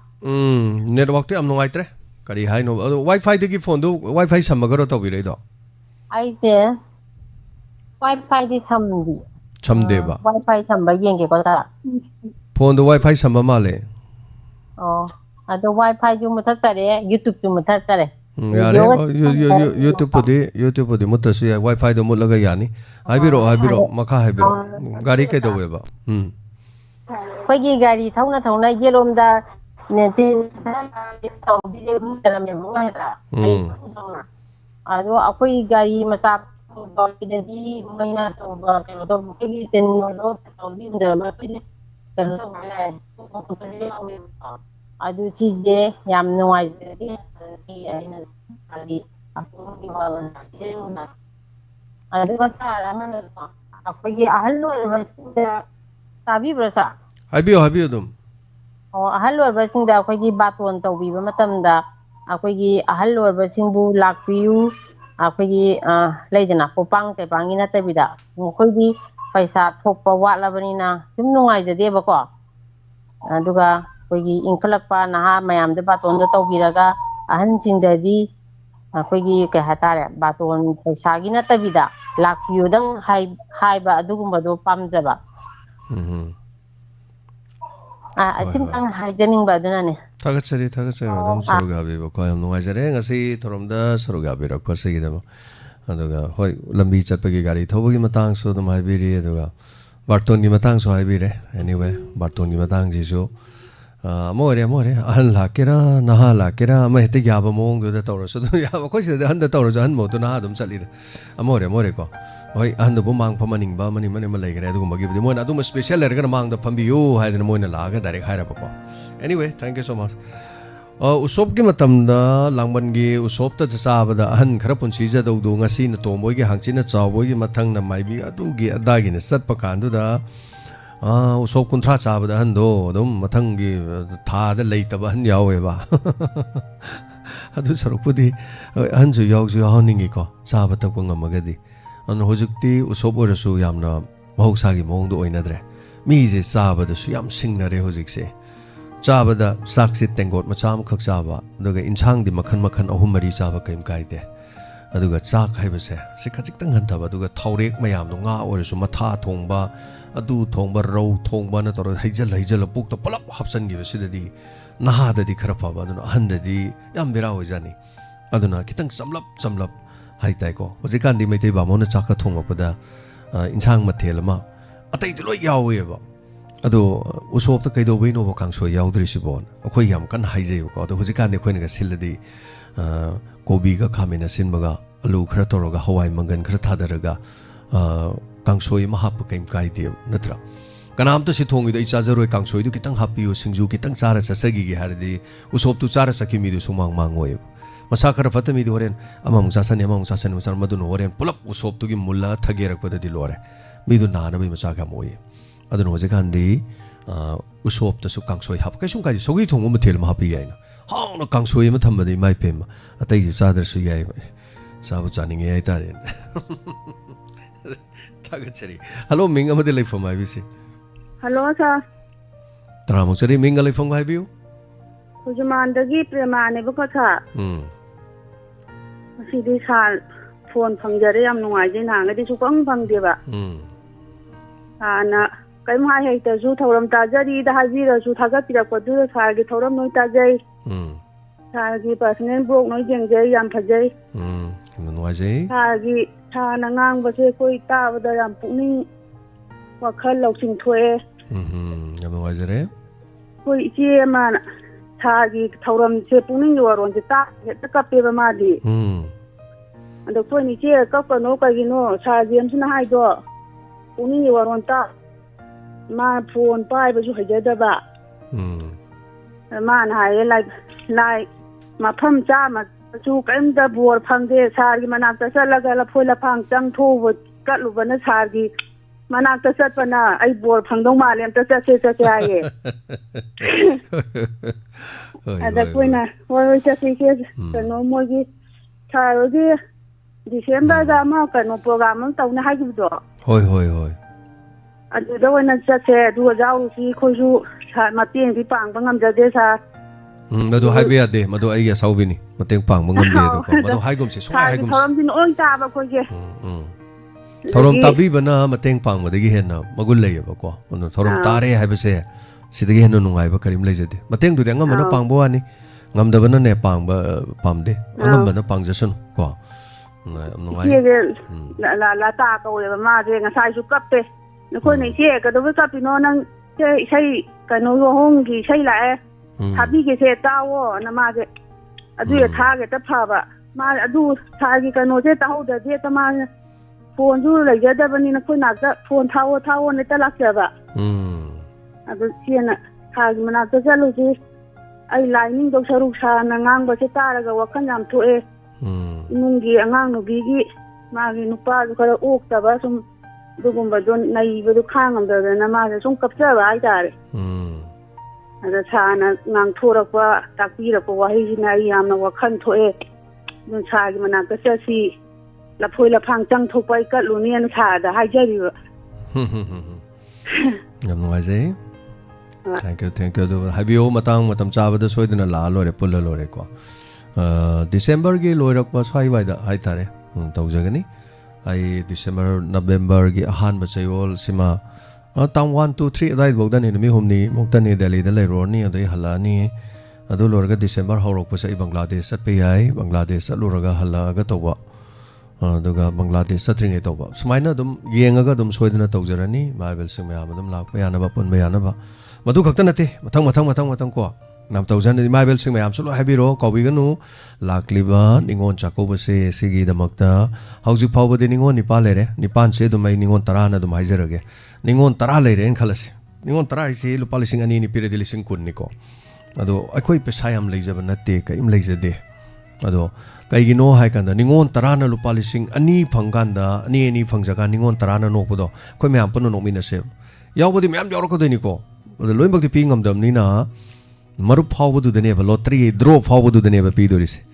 ꯑꯗꯣ ꯄꯤꯃꯤꯟꯅꯔꯁꯤ ꯑꯗꯨꯃꯥꯏꯅ ꯑꯗꯨꯒ ꯃꯔꯥꯏꯕꯛ ꯐꯕ ꯑꯍꯥꯟꯕ 1, 2, 3, 4 ꯂꯧꯈꯠꯄꯗꯣ ꯃꯣꯏ ꯂꯧꯈꯠꯄ ꯈꯔꯗꯨꯗ ꯐꯤ ꯈꯔ ꯌꯥꯎꯔꯛꯄ ꯌꯥꯏ ꯂꯣꯏꯅꯃꯛꯇꯤ ꯐꯤ ꯌꯥꯎꯔꯛꯄꯗꯤ ꯉꯝꯗꯧ ꯃꯥꯟꯗꯦ ꯃꯔꯝꯗꯤ ꯀꯩꯅꯣ ꯍꯥꯏ ꯀꯥꯟꯗ ꯐꯤꯁꯤ ꯑꯗꯨꯝ ꯄꯩꯁా ꯌꯥꯝꯃꯦ ꯑꯗꯨꯅ ꯍꯥꯏꯔꯤꯕꯁꯤ ꯗ꯭ꯔꯣꯁꯤ ꯌꯥꯎꯅꯕ ꯍꯣꯠꯅꯕ ꯀꯥꯟꯗ ꯑꯗꯨꯝ ꯂꯨꯄꯥ ꯑꯃꯐꯥꯎ ꯇꯤꯡꯉꯣꯏ ꯍꯥꯏꯔꯤꯕꯁꯤ ꯅꯤꯉꯣꯜ ꯈꯨꯗꯤꯡꯃꯛꯅ ꯌꯥꯎꯕ ꯌꯥꯒꯅꯤ ꯅꯤꯉꯣꯜꯁꯤ ꯅꯤꯉꯣꯜ ꯆꯥꯛꯀꯧꯕ ꯆꯠꯄ ꯅꯤꯉꯣꯜ ꯆꯥꯛꯀꯧꯕ ꯆꯠꯇꯕ ꯑꯅꯤꯃꯛ ꯑꯗꯨꯝ ꯌꯥꯎꯕ ꯌꯥꯏꯀꯣ ꯅꯤꯉꯣꯜꯗ ꯃꯈꯜ ꯌꯥꯝꯃꯤꯀꯣ ꯑꯗ ꯃꯄꯥꯝꯒꯤ ꯃꯥꯒꯤ ꯃꯤ ꯂꯩꯖꯕ ꯂꯩꯖꯗꯕ ꯃꯄꯨꯔꯣꯏꯕ ꯂꯩꯕ ꯂꯩꯇꯕ ꯑꯩꯈꯣꯏ ꯀꯔꯤꯝꯇ ꯑꯗꯣꯝꯗ ꯌꯦꯡꯖꯗꯦ ꯗꯣꯅꯔ ꯌꯥꯎꯕ ꯌꯥꯎꯗꯕ ꯀꯔꯤꯝꯇ ꯊꯤꯖꯔꯣꯏ ꯇꯧꯕꯗꯗꯤ ꯁꯤꯗꯩꯗ ꯐꯪꯁꯟ ꯁꯨꯃꯥꯏ ꯃꯣꯏꯒꯤ ꯁꯨꯝ ꯑꯃ ꯂꯩꯔꯝꯅꯦꯅ ꯃꯤ ꯑꯇꯣꯞꯄ ꯁꯟꯗꯣꯛ ꯑꯩꯈꯣꯏ ꯊꯧꯔꯝ ꯇꯥꯗꯕ ꯃꯤꯗꯗꯤ ꯍꯧꯕꯤꯔꯨꯅꯨ ꯃꯔꯝꯗꯤ ꯃꯥ ꯇꯥꯖꯗꯕꯅꯤꯅ ꯃꯊꯧ ꯆꯤꯟꯖꯗꯣꯏꯅꯦꯕ ꯑꯩꯈꯣꯏ ꯊꯧꯔꯝ ꯇꯥꯗꯕ ꯍꯥꯏꯁꯦ ꯑꯩꯈꯣꯏꯒꯤ ꯊꯧꯔꯝ ꯇꯥꯕ ꯍꯥꯏꯕꯗꯤ ꯑꯩꯈꯣꯏꯒꯤ ꯗꯥꯏꯃꯟꯒꯤ ꯋꯥꯍꯣꯡꯒꯤ ꯁꯥꯒꯩ ꯑꯣꯏꯕ ꯍꯥꯏꯇꯥꯔꯦꯅꯦ ꯑꯗꯨꯒꯤ ꯏꯃꯨꯡ ꯑꯣꯏꯔꯤꯕ ꯑꯗꯨꯗ ꯇꯥꯖꯔꯤꯕꯁꯤꯡꯗꯨꯗ ꯈꯨꯗꯣꯡꯆꯥꯕꯗꯣ ꯄꯤꯃꯤꯟꯅꯁꯦꯕ ꯌꯥꯏꯀꯣ ꯃꯌꯥꯝ ꯍꯧꯖꯤꯛꯐꯥꯎꯗꯤ 10 ꯂꯩꯔꯦ ꯃꯦꯕꯤ ꯁꯤꯗꯩꯗ ꯄꯨꯛꯆꯦꯜ ꯆꯥꯎꯕ ꯃꯤ ꯑꯃꯅ ꯑꯩ ꯂꯨꯄꯥ 10,000 ꯄꯨꯊꯣꯔꯛꯑꯦ 5 ꯄꯨꯊꯣꯔꯛꯑꯦꯅ ꯊꯣꯛꯂꯛꯑꯗꯤ ꯅꯤꯉꯣꯜ ꯑꯃꯨꯛꯁꯨ ꯍꯦꯟꯒꯠꯀꯅꯦꯕ ꯑꯃꯨꯛꯁꯨ ꯍꯦꯟꯒꯠꯀꯅꯤ ꯑꯗꯣ ꯁꯣꯏꯗꯅ ꯀꯥꯎꯕꯤꯒꯅꯨ ꯌꯥꯎꯕꯤꯌꯨ ꯅꯤꯉꯣꯜꯁꯤꯡꯅ ꯐꯪꯕ ꯐꯪꯗꯕ ꯑꯩꯈꯣꯏ ꯅꯨꯡꯉꯥꯏꯅꯅꯦ ꯅꯣꯡꯃ ꯋꯥꯠꯂꯤꯉꯩꯗ ꯅꯣꯛꯊꯣꯛꯁꯤ ꯅꯨꯡꯊꯤꯟ ꯑꯃ ꯑꯗꯨꯒꯅꯦ ꯂꯨꯄꯥ 2,200 ꯄꯤꯖꯒꯦ 2,200ꯁꯦ ꯑꯩꯈꯣꯏ ꯏꯐꯝꯗꯗꯤ ꯑꯗꯨꯝ ꯌꯥꯝꯃꯤꯀꯣ ꯃꯤ ꯃꯐꯝꯗ ꯌꯥꯝꯗ꯭ꯔꯁꯨ ꯑꯔꯩꯕꯗ ꯌꯥꯝꯗ꯭ꯔꯁꯨ ꯑꯗꯣ ꯃꯄꯥꯝ ꯆꯠꯂꯦꯅ ꯈꯜꯂꯁꯨ ꯃꯥ ꯁꯦꯝ ꯀꯣꯝꯂꯥ ꯈꯤꯇꯪ ꯂꯩꯖꯔꯁꯨ ꯌꯥꯔꯅꯤ ꯅꯠꯇ꯭ꯔꯥ ꯆꯠꯇ꯭ꯔꯦ ꯅꯤꯉꯣꯜ ꯆꯥꯛꯀꯧꯕ ꯆꯠꯇ꯭ꯔꯦꯅ ꯈꯜꯂꯁꯨ ꯗꯥꯏꯃꯟ ꯑꯩꯈꯣꯏ ꯆꯥꯛꯀꯧꯕꯤꯔꯝꯅꯦꯅ ꯈꯜꯂꯀꯥꯟꯗ ꯌꯨꯝꯗꯅꯦ ꯉꯥ ꯀꯧꯇꯥ ꯑꯃ ꯂꯩꯔ ꯊꯣꯡꯉ ꯆꯥꯕꯤꯌꯨ ꯅꯠꯇ꯭ꯔꯥ ꯐꯣꯇꯣ ꯑꯃ ꯀꯥꯞꯄ ꯊꯥꯕꯤꯔꯛꯑꯣ ꯑꯩꯈꯣꯏꯗ ꯚꯤꯗꯤꯑꯣ ꯑꯃ ꯀꯥꯞꯄ ꯊꯥꯕꯤꯔꯛꯑꯣ ꯑꯩꯈꯣꯏ ꯋꯥ ꯅꯣꯛꯃꯤꯟꯅꯁꯦꯕ ꯅꯨꯡꯉꯥꯏꯕꯗꯣ ꯑꯗꯨꯅꯤꯗ ꯑꯗꯨꯅ ꯃꯁꯤꯒꯤꯗꯃꯛꯇ ꯄꯨꯛꯆꯦꯜ ꯆꯥꯎꯔꯕꯁꯤꯡ ꯊꯣꯛꯂꯛꯄꯗ ꯉꯔꯥꯡ ꯑꯣꯖꯥ ꯁꯔꯥꯡꯊꯦꯝ ꯇꯣꯝꯕ ꯊꯣꯛꯂꯛꯑꯦ ꯑꯇꯩ ꯍꯣꯔꯦꯟ ꯈꯔ ꯑꯃ ꯂꯥꯎꯊꯣꯛꯆꯒꯦ ꯑꯗꯨꯒ ꯑꯩꯈꯣꯏꯒꯤ ꯃꯦꯗꯥꯝ ꯅꯟꯗꯤꯅꯤ ꯊꯣꯛꯂꯛꯈ꯭रे ꯅꯠꯇ꯭ꯔꯥ ꯑꯗꯨ ꯁꯨꯃꯥꯏꯅ ꯇꯧꯔ ꯂꯣꯏꯔꯦꯅꯦ ꯁꯤꯗ ꯍꯦꯟꯅ ꯅꯨꯡꯉꯥꯏꯕꯁꯤꯕꯨ ꯀꯔꯤ ꯂꯩꯔꯤꯒꯦ ꯁꯤꯕꯨ ꯅꯤꯉꯣꯜꯁꯤꯡ ꯂꯨꯄꯥ ꯑꯃꯨꯛ ꯇꯤꯡꯍꯟꯖꯔꯣꯏ ꯁꯤ ꯌꯥꯎꯕꯒꯤꯗꯃꯛ ꯑꯗꯨ ꯄꯩꯁꯥꯗꯨꯗ ꯑꯩꯈꯣꯏ ꯀꯔꯤꯝ ꯂꯧꯖꯔꯣꯏꯀꯣ ꯃꯌꯥꯝ ꯑꯗꯣ ꯃꯁꯤ ꯑꯩꯈꯣꯏꯅ ꯂꯩꯖꯕꯒꯤꯁꯨ ꯅꯠꯇꯦ ꯑꯩꯈꯣꯏ ꯃꯌꯥꯝ ꯆꯪꯗꯅ ꯍꯣꯠꯅꯕꯅꯤ ꯋꯥꯈꯜꯂꯣꯟ ꯃꯥꯟꯅꯕꯁꯤꯡꯅ ꯍꯣꯠꯅꯖꯕꯅꯤ ꯑꯗꯨꯅ ꯄꯨꯝꯅꯃꯛꯁꯨ ꯑꯗꯨꯝ ꯁꯔꯨꯛ ꯌꯥꯁꯟꯕꯤꯌꯨ ꯑꯗꯣ ꯇꯦꯟꯁꯟꯖꯒꯦ ꯑꯃꯨꯛꯀ ꯍꯣꯔꯦꯟ ꯀꯥꯎꯕꯤꯒꯅꯨꯀꯣ ꯍꯣꯔꯦꯟ ꯏꯟꯁꯄꯦꯛꯇꯔ ꯇꯌꯥꯏꯒꯤ 1,700 ꯁꯨꯕꯒꯤꯗꯃꯛꯇ ꯂꯨꯄꯥ 500 ꯄ꯭ꯔꯥꯏꯖ ꯈꯔ ꯊꯝꯖꯔꯤ ꯍꯣꯔꯦꯟ ꯑꯍꯤꯡꯁꯨ ꯈꯔ ꯂꯥꯡꯃꯤꯟꯅꯁꯦ ꯌꯥꯏꯀꯣ ꯃꯌꯥꯝ ꯑꯗꯨꯃꯥꯏꯅ ꯇꯧꯖꯔꯦ ꯊꯦꯡꯛ ꯌꯨ ꯁꯣ ꯃꯆ ꯊꯥꯒꯠꯆꯔꯤ ꯍꯥꯟꯅ ꯃꯊꯪꯒꯤ ꯀꯣꯂꯔꯗ ꯈꯨꯗꯣꯡꯆꯥ ꯄꯤꯖꯒꯦ ꯍꯧꯖꯤꯛꯇꯤ ꯄꯨꯛꯅꯤꯡ ꯋꯥꯔꯣꯜꯁꯤ ꯄꯨꯡ 1:30 ꯁꯟꯗꯣꯛꯑꯃꯗꯒꯤ ꯁꯨꯞꯅꯇꯪꯒꯤ ꯄꯨꯡ 1 ꯁꯟꯗꯣꯛꯆꯔꯝꯅꯤ ꯌꯥꯗꯦꯕ ꯊꯕꯛ ꯊꯧꯔꯝꯁꯦ ꯍꯌꯦꯡꯋꯥꯏ ꯈꯔ ꯑꯃꯨꯛ ꯀꯣꯝꯃꯀꯥꯟꯗ ꯈꯔ ꯑꯃꯨꯛ ꯁꯥꯡꯗꯣꯛ ꯁꯥꯡꯗꯣꯛ ꯍꯧꯖꯤꯛꯇꯤ ꯄꯨꯡ 1 ꯑꯗꯨꯝ ꯇꯦꯟꯁꯤꯟꯖꯔꯦ ꯑꯗꯨꯅ ꯑꯌꯥꯝꯕ ꯃꯇꯝꯗ ꯑꯩꯅ ꯄꯨꯡ 2ꯗ ꯇꯧꯈ꯭ꯔꯤꯁꯤ ꯀꯩꯅꯣ ꯍꯥꯏ ꯀꯥꯟꯗꯅꯦ ꯄꯨꯡ 2ꯒꯤ ꯃꯇꯝꯗꯗꯤ ꯑꯇꯩ ꯔꯦꯗꯤꯑꯣ ꯊꯥꯕꯁꯤꯡ ꯑꯇꯩ ꯊꯥꯕꯁꯤꯡꯗꯨꯅ ꯆꯦꯅꯦꯜ ꯃꯨꯟꯅꯩꯗꯅ ꯄꯨꯡ 2 ꯃꯇꯨꯡꯗ ꯃꯨꯟꯅꯕꯁꯤ ꯈꯤꯇꯪ ꯐꯩꯌꯦꯅ ꯑꯃꯨꯛ ꯇꯧꯕꯅꯦꯕ ꯑꯗꯨ ꯈꯪꯗꯦ ꯁ꯭ꯋꯥꯏꯁꯤ ꯇꯥ ꯌꯥꯅꯕ ꯑꯗꯨꯝ ꯊꯦꯡꯗꯔꯦ ꯑꯗꯨꯅ ꯍꯜꯂꯣ ꯃꯤꯡ ꯑꯃꯗꯤ ꯂꯩꯐꯝ ꯍꯥꯏꯕꯤꯁꯤ ꯃꯤꯡꯒ ꯂꯩꯐꯝꯒ ꯍꯥꯏꯕꯤꯌꯨ ꯑꯩ ꯁꯂꯨꯡꯕꯝꯗꯒꯤ ꯏꯕꯦꯝꯃꯅꯦ ꯁꯥꯔ ꯇꯔꯥꯝ ꯂꯣꯛꯆꯔꯤ ꯀꯩꯅꯣꯒꯤ ꯍꯣꯔꯦꯟ ꯅꯨꯃꯤꯗꯥꯡꯒꯤ 1,000ꯒ ꯇꯌꯥꯏꯒꯤ 1,000ꯒ 400 ꯁꯨꯕꯒꯤ ꯊꯧꯔꯝꯗꯣ ꯁꯥꯔ ꯗꯥꯏꯂꯣꯛꯇꯤ ꯍꯩꯇꯦ ꯅꯣꯛꯄꯗꯤ ꯌꯥꯎꯖꯒꯦ ꯑꯣ ꯌꯥꯎꯕꯤꯌꯨ ꯅꯤꯉꯣꯜꯒꯤ ꯈꯨꯗꯣꯟꯗꯣ ꯑꯗꯨꯁꯨ ꯌꯥꯎꯖꯒꯦꯅ ꯈꯜꯂꯤ ꯁꯥꯔ ꯌꯥꯎꯕꯤꯌꯨ ꯐꯥꯎꯕ ꯐꯥꯎꯗꯕ ꯂꯥꯏꯕꯛ ꯌꯦꯡꯉ ꯂꯣꯏꯔꯦ ꯀꯩꯗꯧꯔꯒꯦ ꯑꯗꯨꯗꯨ ꯌꯥꯎꯖꯒꯦ ꯃꯤꯡꯗꯪ ꯂꯧꯈꯠꯄꯤꯔꯛꯄꯅ ꯈꯟꯖꯔꯤꯕꯅꯤ ꯁꯥꯔ ꯃꯥꯅꯤ ꯁꯦꯝ ꯁꯥꯗꯨꯅ ꯂꯩꯕꯤꯌꯨ ꯑꯩꯈꯣꯏꯅ ꯊꯥꯖꯟꯕꯩ ꯃꯇꯝ ꯑꯃ ꯁꯣꯏ ꯍꯥꯏꯔꯛꯀꯅꯦꯕꯀோ ꯑꯩꯈꯣꯏꯅ ꯅꯣꯡꯃ ꯋꯥꯠꯂꯤꯉꯩꯗ ꯊꯥꯖꯟꯕꯤꯌꯨ ꯍꯥꯏꯔꯛꯀꯅꯤ ꯑꯗꯨ ꯊꯥꯖꯟꯕꯩ ꯄꯨꯡ ꯈꯔꯗꯨꯗ ꯊꯥꯖꯟꯍꯧꯗ꯭ꯔꯗꯤ ꯅꯤꯉꯣꯜ 53 ꯂꯥꯛꯑꯗꯤ 53ꯗꯨ ꯂꯥꯎꯔꯗꯤ ꯑꯩꯈꯣꯏ ꯁꯤꯔꯅꯦꯕ ꯑꯗꯨꯅ ꯂꯥꯏꯕꯛ ꯐꯕ ꯈꯔꯗꯨ ꯌꯦꯡꯉꯁꯤꯀꯣ ꯑꯗꯨꯅ ꯑꯗꯨꯝ ꯁꯣꯏꯗꯅ ꯁꯦꯝ ꯁꯥꯗꯅ ꯃꯨꯛꯇꯅ ꯂꯩꯕꯤꯔꯣ ꯌꯥꯝꯕ ꯅꯠꯇꯦ ꯂꯨꯄꯥ 2,000 ꯈꯛꯇꯅꯦ ꯏꯕꯨ ꯏꯀꯥꯏꯔꯛꯀꯗꯧꯔꯤꯕꯅꯤ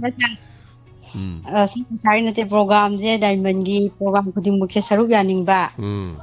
ꯑꯗꯨꯒꯤꯅꯤ ꯑꯗꯨꯒꯅꯦ ꯁꯥꯔ ꯍꯧꯖꯤꯛ ꯂꯥꯏꯔꯦꯟ ꯀꯥꯕꯤꯒꯤ ꯑꯩꯅ ꯑꯥꯔꯇꯤꯝ ꯇꯧꯈꯤꯕꯗꯣ ꯑꯗꯨ ꯂꯩꯔꯒ ꯅꯣꯡ ꯐꯥꯗꯣꯛꯁꯨ ꯈꯪꯅꯕ ꯂꯩꯔꯕꯅꯤꯅ ꯊꯨꯡꯗꯣꯛ ꯀꯥꯟꯗ ꯍꯥꯏꯕꯤꯈꯤꯕꯗꯣ ꯁꯥꯔ ꯁꯥꯔꯒꯤ ꯗ꯭ꯔꯣꯟ ꯂꯩꯔꯝꯗꯥꯏꯗ ꯑꯉꯝꯕ ꯃꯇꯦꯡ ꯄꯥꯡꯖꯒꯦ ꯑꯗꯨꯒ ꯑꯩꯈꯣꯏ ꯁꯣꯔꯣꯡꯕꯝꯁꯦ ꯑꯃꯨꯛꯇꯪꯗꯤ ꯂꯥꯛꯄꯤꯌꯣꯕ ꯁꯥꯔ ꯀꯩꯗꯧꯕꯩ ꯂꯥꯛꯑꯣꯏꯗꯣꯏꯅꯣ ꯁꯂꯨꯡꯕꯝꯗꯗ ꯅꯠꯇꯦ ꯂꯣꯏ ꯂꯥꯛꯀꯗꯣꯔꯤꯕꯅꯤꯅꯦ ꯑꯗꯨꯅ ꯍꯥꯏꯁꯦ ꯁꯣꯔꯣꯡꯕꯝꯗ ꯁꯥꯔꯅ ꯁꯨꯃꯥꯏꯅ ꯄ꯭ꯔꯣꯒ꯭ꯔꯥꯝ ꯑꯃ ꯂꯩꯔꯗꯤ ꯑꯩꯗꯤ ꯁꯥꯔ ꯍꯧꯖꯤꯛ ꯐꯣꯟ ꯇꯧꯗꯕꯩ ꯋꯥꯅꯤ ꯑꯗ ꯑꯩꯅ ꯁꯨꯝ ꯅꯨꯡꯉꯥꯏꯕ ꯇꯥꯕ ꯑꯗꯣ ꯁꯥꯔ ꯀꯩꯅꯣꯅꯤꯗ ꯁꯨꯝ ꯑꯩꯈꯣꯏꯒꯤ ꯗꯥꯏꯃꯟꯒꯤ ꯆꯦꯅꯦꯜꯁꯦ ꯇꯥꯕ ꯃꯇꯝꯗ ꯑꯩꯈꯣꯏꯒꯤ ꯄꯨꯛꯅꯤꯡꯁꯦ ꯅꯣꯡ ꯐꯥꯗꯣꯛꯁꯨ ꯍꯦꯛ ꯄꯨꯛꯅꯤꯡ ꯂꯥꯡꯇꯛꯅꯕ ꯈꯣꯠꯄ ꯄꯨꯛꯅꯤꯡ ꯅꯨꯡꯁꯤꯕ ꯅꯨꯃꯤꯠꯁꯨ ꯍꯦꯛ ꯌꯥꯎꯋꯦ ꯑꯗꯣ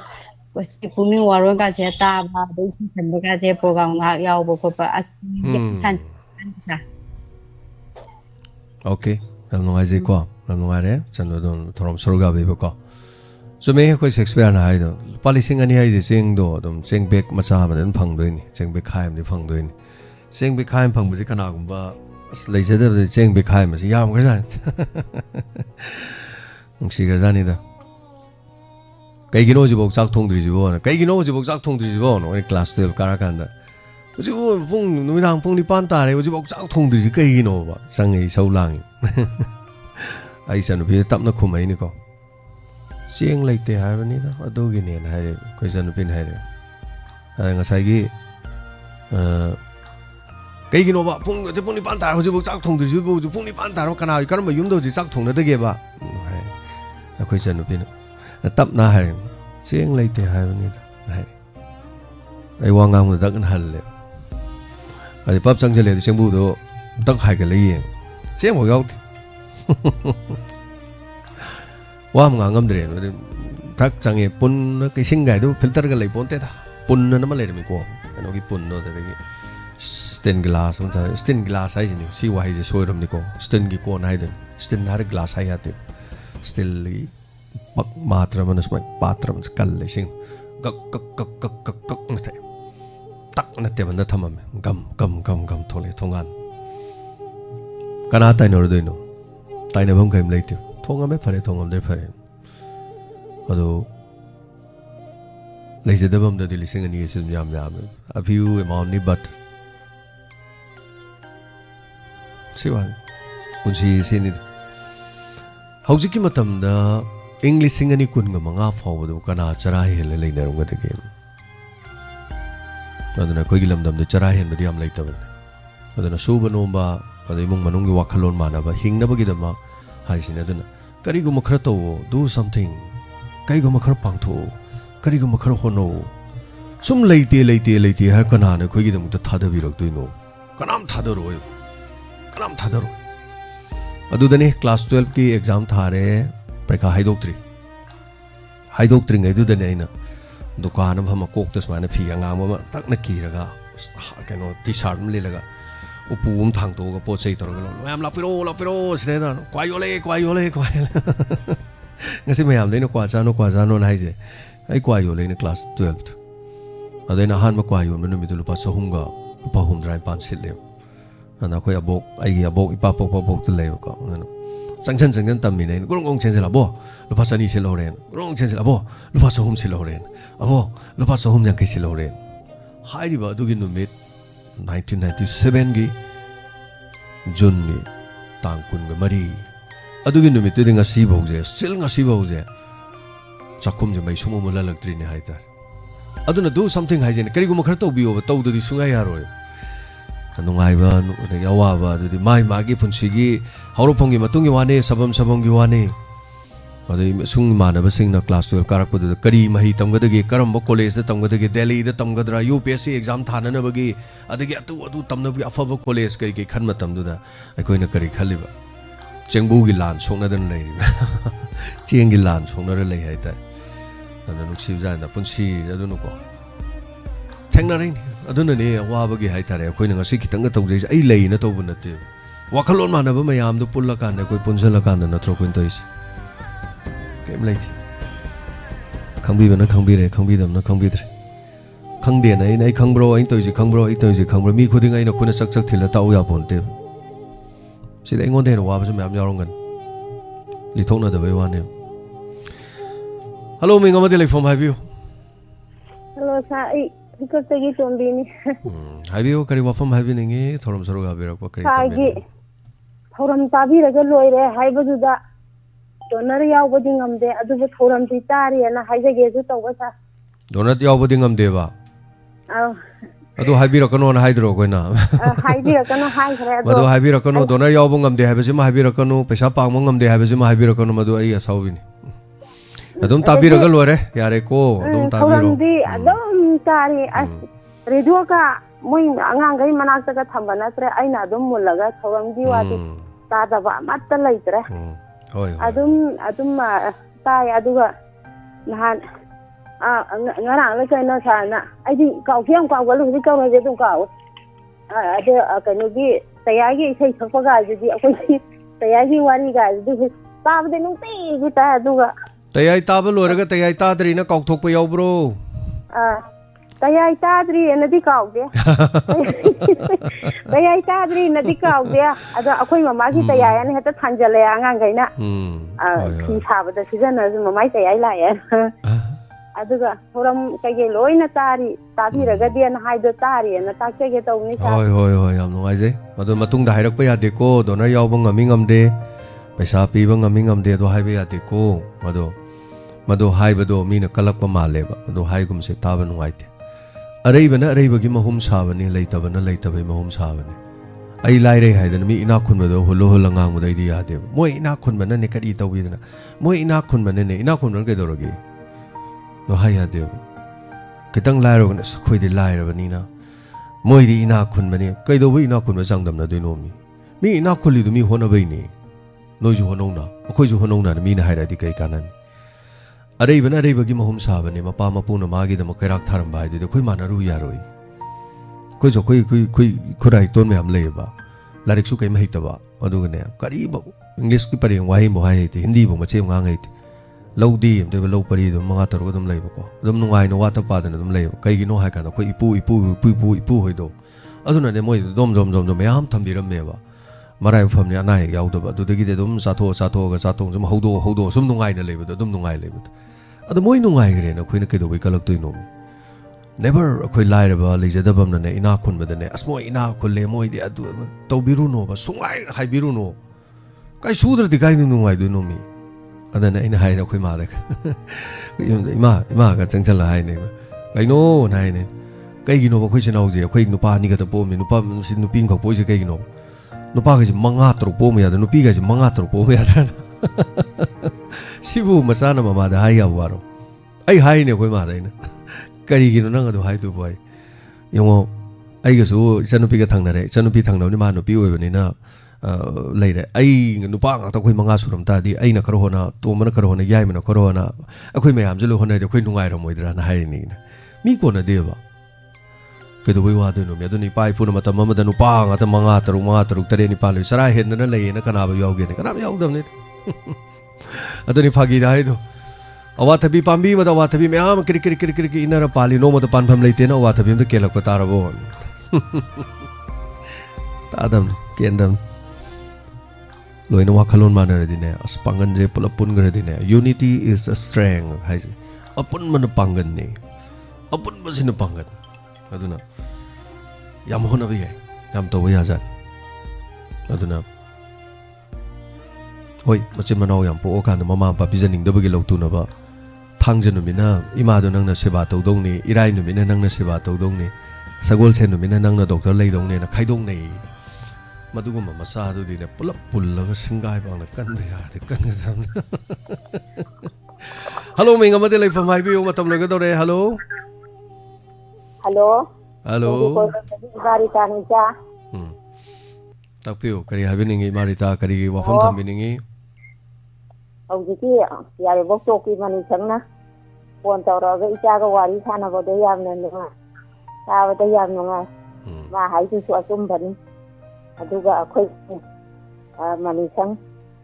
yamuna aduga ukhaw bi ta me ma jibola ta akhoi ke wa dai man te di WAHONG de yo phang ta pakan ta akhoi ma sen phone tawnaraga dai lo ga dum adagi amu ithai thangnarin ado lotari ama do ha ta do khoi ꯑꯗꯨꯝ ꯌꯥꯎꯖꯒꯦ ꯍꯥꯏꯕꯗꯤ ꯊꯧꯔꯝ ꯈꯨꯗꯤꯡꯒꯤ ꯑꯗꯨꯝ ꯌꯥꯎꯖꯒꯦ ꯐꯥꯎꯕ ꯐꯥꯎꯗꯕꯅ ꯃꯈꯜ ꯑꯃ ꯊꯥꯒꯠꯆꯩ ꯅꯨꯡꯉꯥꯏꯖꯔꯦ ꯍꯣꯏ ꯌꯥꯝ ꯅꯨꯡꯉꯥꯏꯌꯦꯅ ꯐꯣꯡꯗꯣꯛꯆꯔꯤꯕ ꯊꯥꯒꯠꯆꯔꯤ ꯏꯃꯥꯔꯤꯇꯥ ꯏꯃꯥ ꯏꯕꯦꯜꯁꯤꯡ ꯃꯌꯥꯝ ꯑꯗꯨꯃꯥꯏꯅ ꯈꯪꯅꯔꯒ ꯋꯥꯔꯤ ꯁꯥꯟꯅꯕ ꯐꯣꯟꯗ ꯄꯥꯎ ꯐꯥꯎꯅꯕ ꯃꯗꯨ ꯏꯃꯥꯁꯤꯡ ꯉꯥꯛꯇ ꯋꯥꯈꯜ ꯅꯨꯡꯉꯥꯏꯕ ꯉꯥꯛꯇ ꯄꯨꯜꯂꯒ ꯐꯥꯎꯅꯔꯤꯗꯣ ꯌꯥꯝ ꯐꯔꯕꯅꯤ ꯑꯗꯣ ꯑꯃꯗꯤ ꯂꯩꯀꯣ ꯏꯃꯥ ꯌꯥꯝ ꯆꯦꯛꯁꯤꯟꯕꯤꯒꯗꯕꯅꯤ ꯏꯃꯥ ꯍꯣꯏꯕꯨꯗꯤ ꯀꯩꯁꯨ ꯇꯧꯔꯣꯏꯗ ꯁꯨꯝ ꯃꯧꯅꯥꯍꯥ ꯃꯌꯥꯝ ꯄꯨꯟꯁꯤꯟꯅꯔꯒ ꯂꯣꯏ ꯒ꯭ꯔꯨꯞ ꯁꯦꯝꯈ꯭ꯔꯀꯥꯟꯗꯅꯦ ꯒ꯭ꯔꯨꯞ ꯁꯦꯝ ꯃꯤ ꯈꯠꯅꯒꯟꯕ ꯌꯥꯝ ꯂꯩꯕꯅꯦꯕ ꯑꯗꯨꯒꯨꯝꯕꯗꯨꯗꯤ ꯁꯨꯡꯌꯥ ꯌꯥꯗꯦꯕꯀꯣ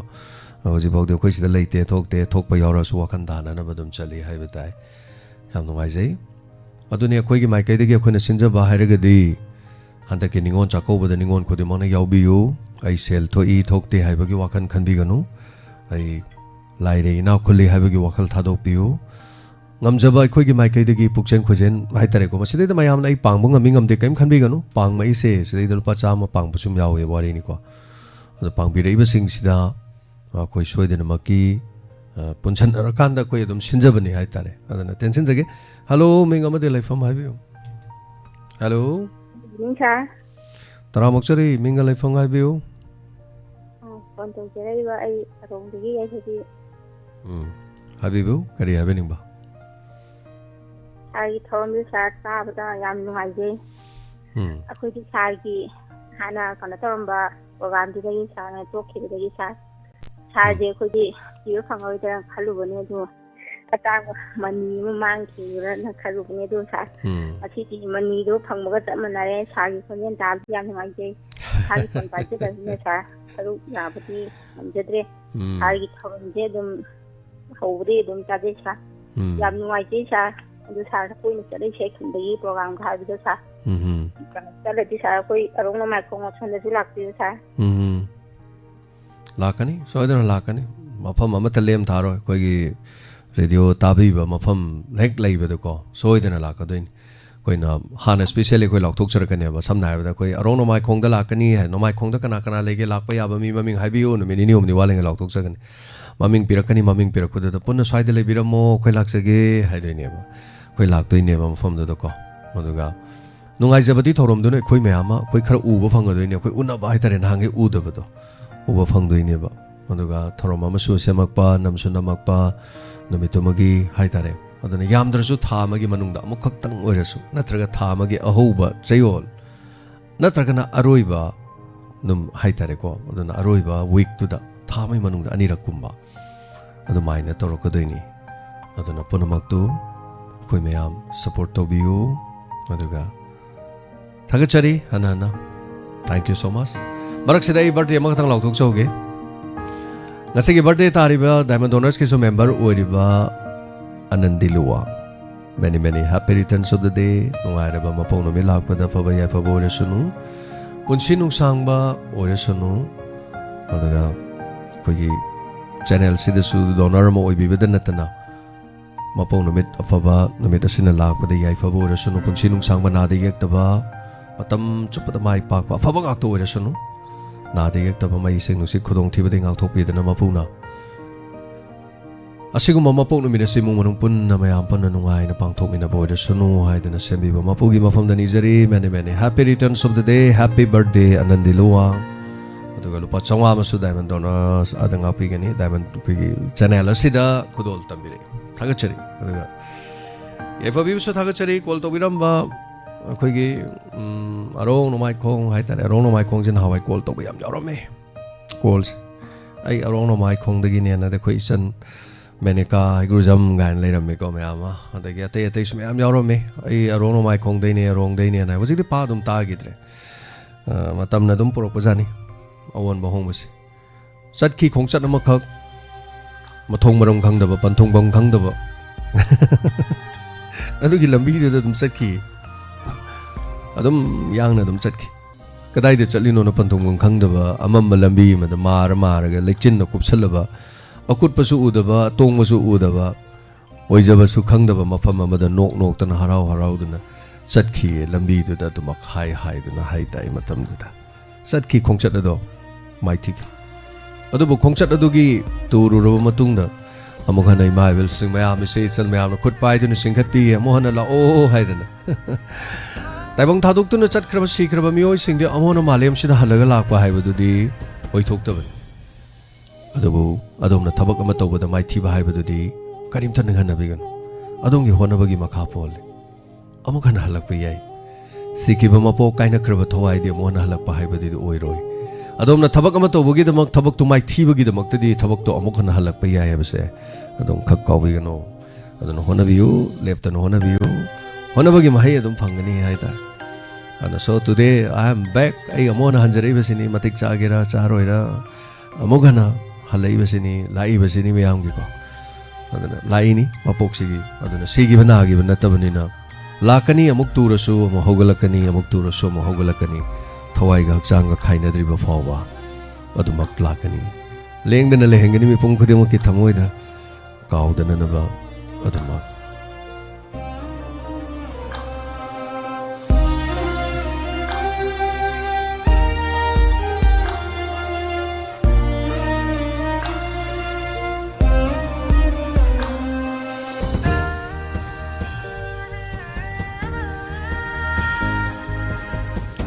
Thank you so much. Mayam puno mana yaifa mangol pibire nandi loangi damak yaifa ba hai tane donor member amani mapong no mi tarak pada akhoi da lupa sangwa mangkat pirakanda thorom sida saruk ya biba akhoi gi member sing mayam mawang da lokthok jaba phangjaba hai batare matam na kana sungai bide loisal ka dore mi ko khar dangare hello mi ngam da lifam hai bisi hello tha ga ya pok to tagi jamna ne tha tapiu kari wafam hai biningi ngasi wakhan yam nungai do sa ngasi di wakhan yam nungai ya kari gi no maru phorobo phang de sagi ye pom ji da loi nai si ga bai che ri ta si ga bai nau mani sang ga wari sa da na nungai phong to ga nungai sa ngasi di aduna sagi ye pom ji tang u da gi mi tang mo du singalle wakhan nungai ta du nungai halle sa nungai to pun mo no nungai sa ram pin ja kare ko di mina don ka di diamond tai wa hoi do tai ha ga ha jani akoi aba mani da moina du to wa da ta ko kai men to de du akoi di da ko dum sa sei dum sa ka mi mo na du ha ra ga ke mo nungai da lai ke sa ra ko oi da kana kari hairu ne ge mai ma pa mani wakhan then ma mi na hai do ngai ke do hai do no samane moina to thabak tu khoina haidri tu di mi aning mane pa mani ke no ji midang wara mai oi baga sa hek tok baga nganta na law baga 2 4 24 1 5 15 nan tor hoksi kak le di di khoi kari haru ge usi mau yam hoksi yam kak naram ka do sen ta le ni amarom da sen mangali ko sen phang ku sem jaw pa chani pro pa chom pro ku sem jaw ngasi chani lo ni hayeng sanga thadong ni hangchi chani pro kani masem ni sing mangi ni natra round sum chat le bene hogi bidi kari no wang doi di ke no matam ne mang ga doris radio ta bade tum na thabam tor ga dum radio ta ba yai ingon makong yan yan dum ta ba yai haino pambi makong som som dum to ba yai haino pambi ma tha ba yai natra adaki je la haino thabam le di yam to biru no ba haino mar do yang khai khatang thabiu ne olak pa chahi ohung gi manung da mal doi du no pala ga yon ma matam da lupa kya fanggem ti yang angura thum bado yam daro da pambi tara kha thajan biu angtong bora am da toroga si tak torom thabiu lupa chama pu bi bene macha char macha da kaksing long khadi yam yon man kolom sembam jam le bene kana gum da pan ba kangu da gi dum sei tor sem ya bane adum kano toroga ko semaga du pambi du tara kun ga thajan biu olak pa chahi ohum da angur pambi amam na lupa lising manga tara pirakane adu low pari mo u ga chamana ne sini something khara to bi hai je dunia da pham na chengum thabi adu chengum je 45 days to chengum yon jaban aina video ut khare dano ko masini tham thagi lei nongju thagi lei spawn lei raga ne charu khara hojik lo mula ni dana charu punjan to yum da chai meleng jala ka pai ra thamo ro dum kanam tar charu pi e na kanam sauro ai pesala thambi ro charu khara dum lei bi yaw ni hojik ti chengum thami na charu karai lege na charu thi ba chale charu yon bi yaw re mangendra bani hojik ti aduna fa ba se sumai dum to bi yai ba aduna radio tan to bi yai natra manghan badi kana de ponomak thank you so much loisin jage ponomak hojikti thorom loisin jabe abda logjari saruga birak pa na thagachari mateng pang birak sing da machin machin ngarang ai dum ei lok thok chagi ba khrasu leijare aduga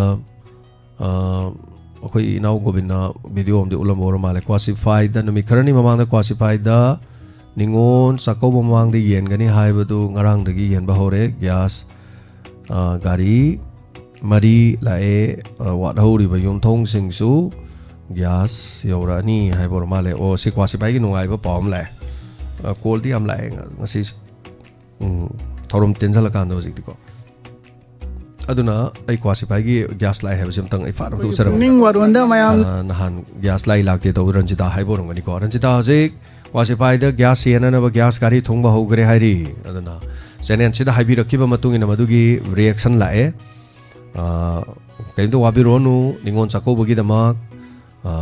gas cylinder yoba hore aduna karim to wabironu sini nahan lakhide haibado khoi kwasi pai gi gena na bala hairi anyway kotak ta madugi reaction lakwa thorom sida haibi raktana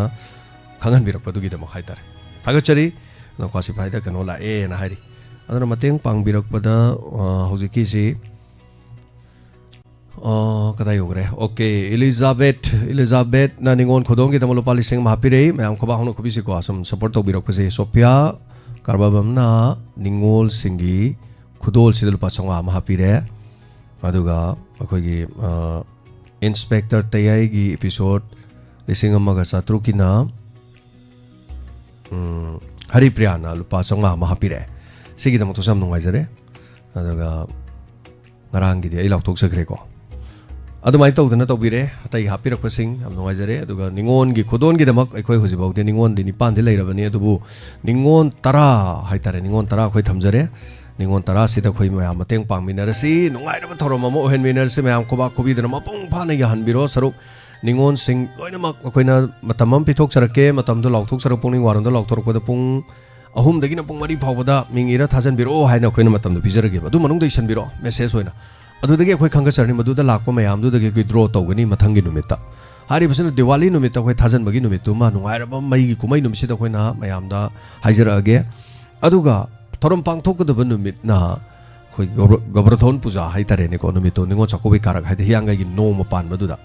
aduga hianga gi nini pan bagi sakko basida domna satlaga na chatle chatraga na yumna kariguma hum athum hau chawa yana na bagi tamto hona jari bani asidai da mayam puno saru ga biyo nungol khodimon saru ga biyo lupa lising ani gi case da ningon hojik mek oina de lising mayam di khoi le jadam ni na ningon tara da haitare hojimaki ningon tara khanga chagni atai donar thola ga de ningon tara da sumasing helak pai diamina se ko phabai ai phabo iminarasi ngasigi damakta di matang solution jabe aba logjari ponomapu khurumjari saksina laiminarasi take care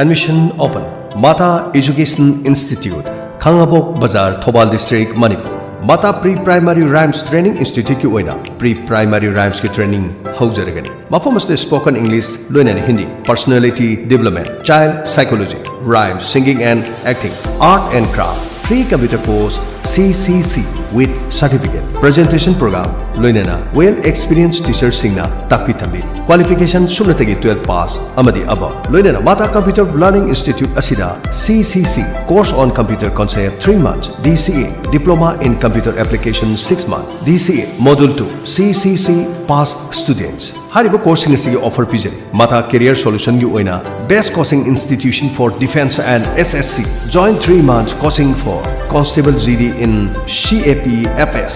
NI SSF and rifleman GD Delhi Police exam 2026 basi kaktanatana SSC coaching gi khudong sab su pijari CSSL GD MTS CPO hariba singi coaching haujargan experience leirabo jasina tapi tambiri madu kaktanatana free computer course ta CCC with certificate loina na khudong sab pijari according to the latest syllabus and exam pattern ke amaram seasonadana tapi tambiri regular classes and test series guided by successful professional loina na nomai khudingi computer based mock test series pangthok chagani class haujagadaba ta lakliba october gi tang kun english sing ani kunga manga akopa marol gi dama 8131 069576 loina 7629938551 admission open Mata Education Institute Khangabok Bazar Thobal District Manipur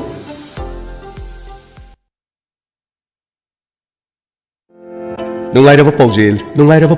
Leichal Ayush Clinic and Pharmacy, Advanced Diabetes Healing and Wellness Center, Sagolban Salam Lekai, Mamang Lirak, Jiri Parking. Mafamasida, Ayuki Pung Mapandegina, Pung Manga Paubagi, Layamagi Kudong Shabadu Pizari, Adon Diabetes Laina Nabagi Damak, Wabiru Rogan. Leichal Ayush Clinic ta Diabetes tha amagi manungda reverse oina layingba ngamjari. Masida sunatana creatine wangba, fatty liver oiba, cholesterol wangba, BP wangba, arthritis, gallstone, joint pain, kidney stone, weight loss na chingba, layingba ngamle. Masigi sumathata makal khudimaki lab test tawagi khudong chabasu leizari. Ako pamarol gidama call towiu 880 5718115. Amukahna 880 5718115. Mafam asida water therapy, steam bath ki khudong chabasu leizari. Ngasi mak lengsin biru Leichal Ayush Clinic and Pharmacy, Advanced Diabetes Healing and Wellness Center, Sagolban Salam Lekai, Mamang Lirak, Jiri Parking.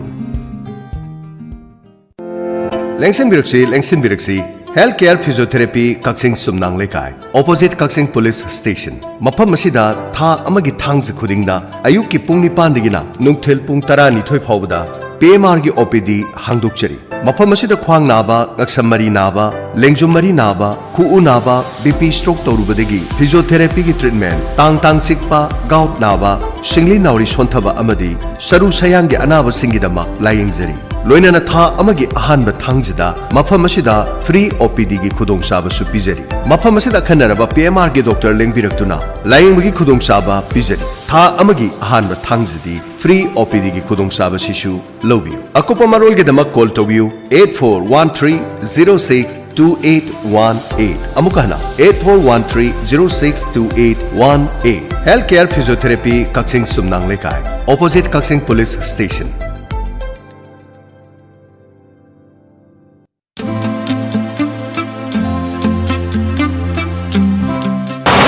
अखोइना हुजिक लेजरिबा सि Thoubal अथोफमगी veterinary office की हेक ममांग the नौना हांगतोक्सरिबा दुगा AS dental clinic हारिबा AS dental clinic असि थौबाल अथोफम बाजार मक्तदा हांगमनी अदा कोइ मुख होंगतोक्सरगा आइबा तारे अखोइ अथोफम गर्ल हाई स्कूल की हेक नाकल अदुगा इम्फाल लोम साइड तगी लाखपदना थौबाल डिस्ट्रिक्ट तगी खतंग सथरागा राइट साइड त लेरे मफम मसिदा AS डेंटल क्लिनिक त करी करी फैसिलिटी फंगबगा दो मयाम पुनंग तंग यमिनस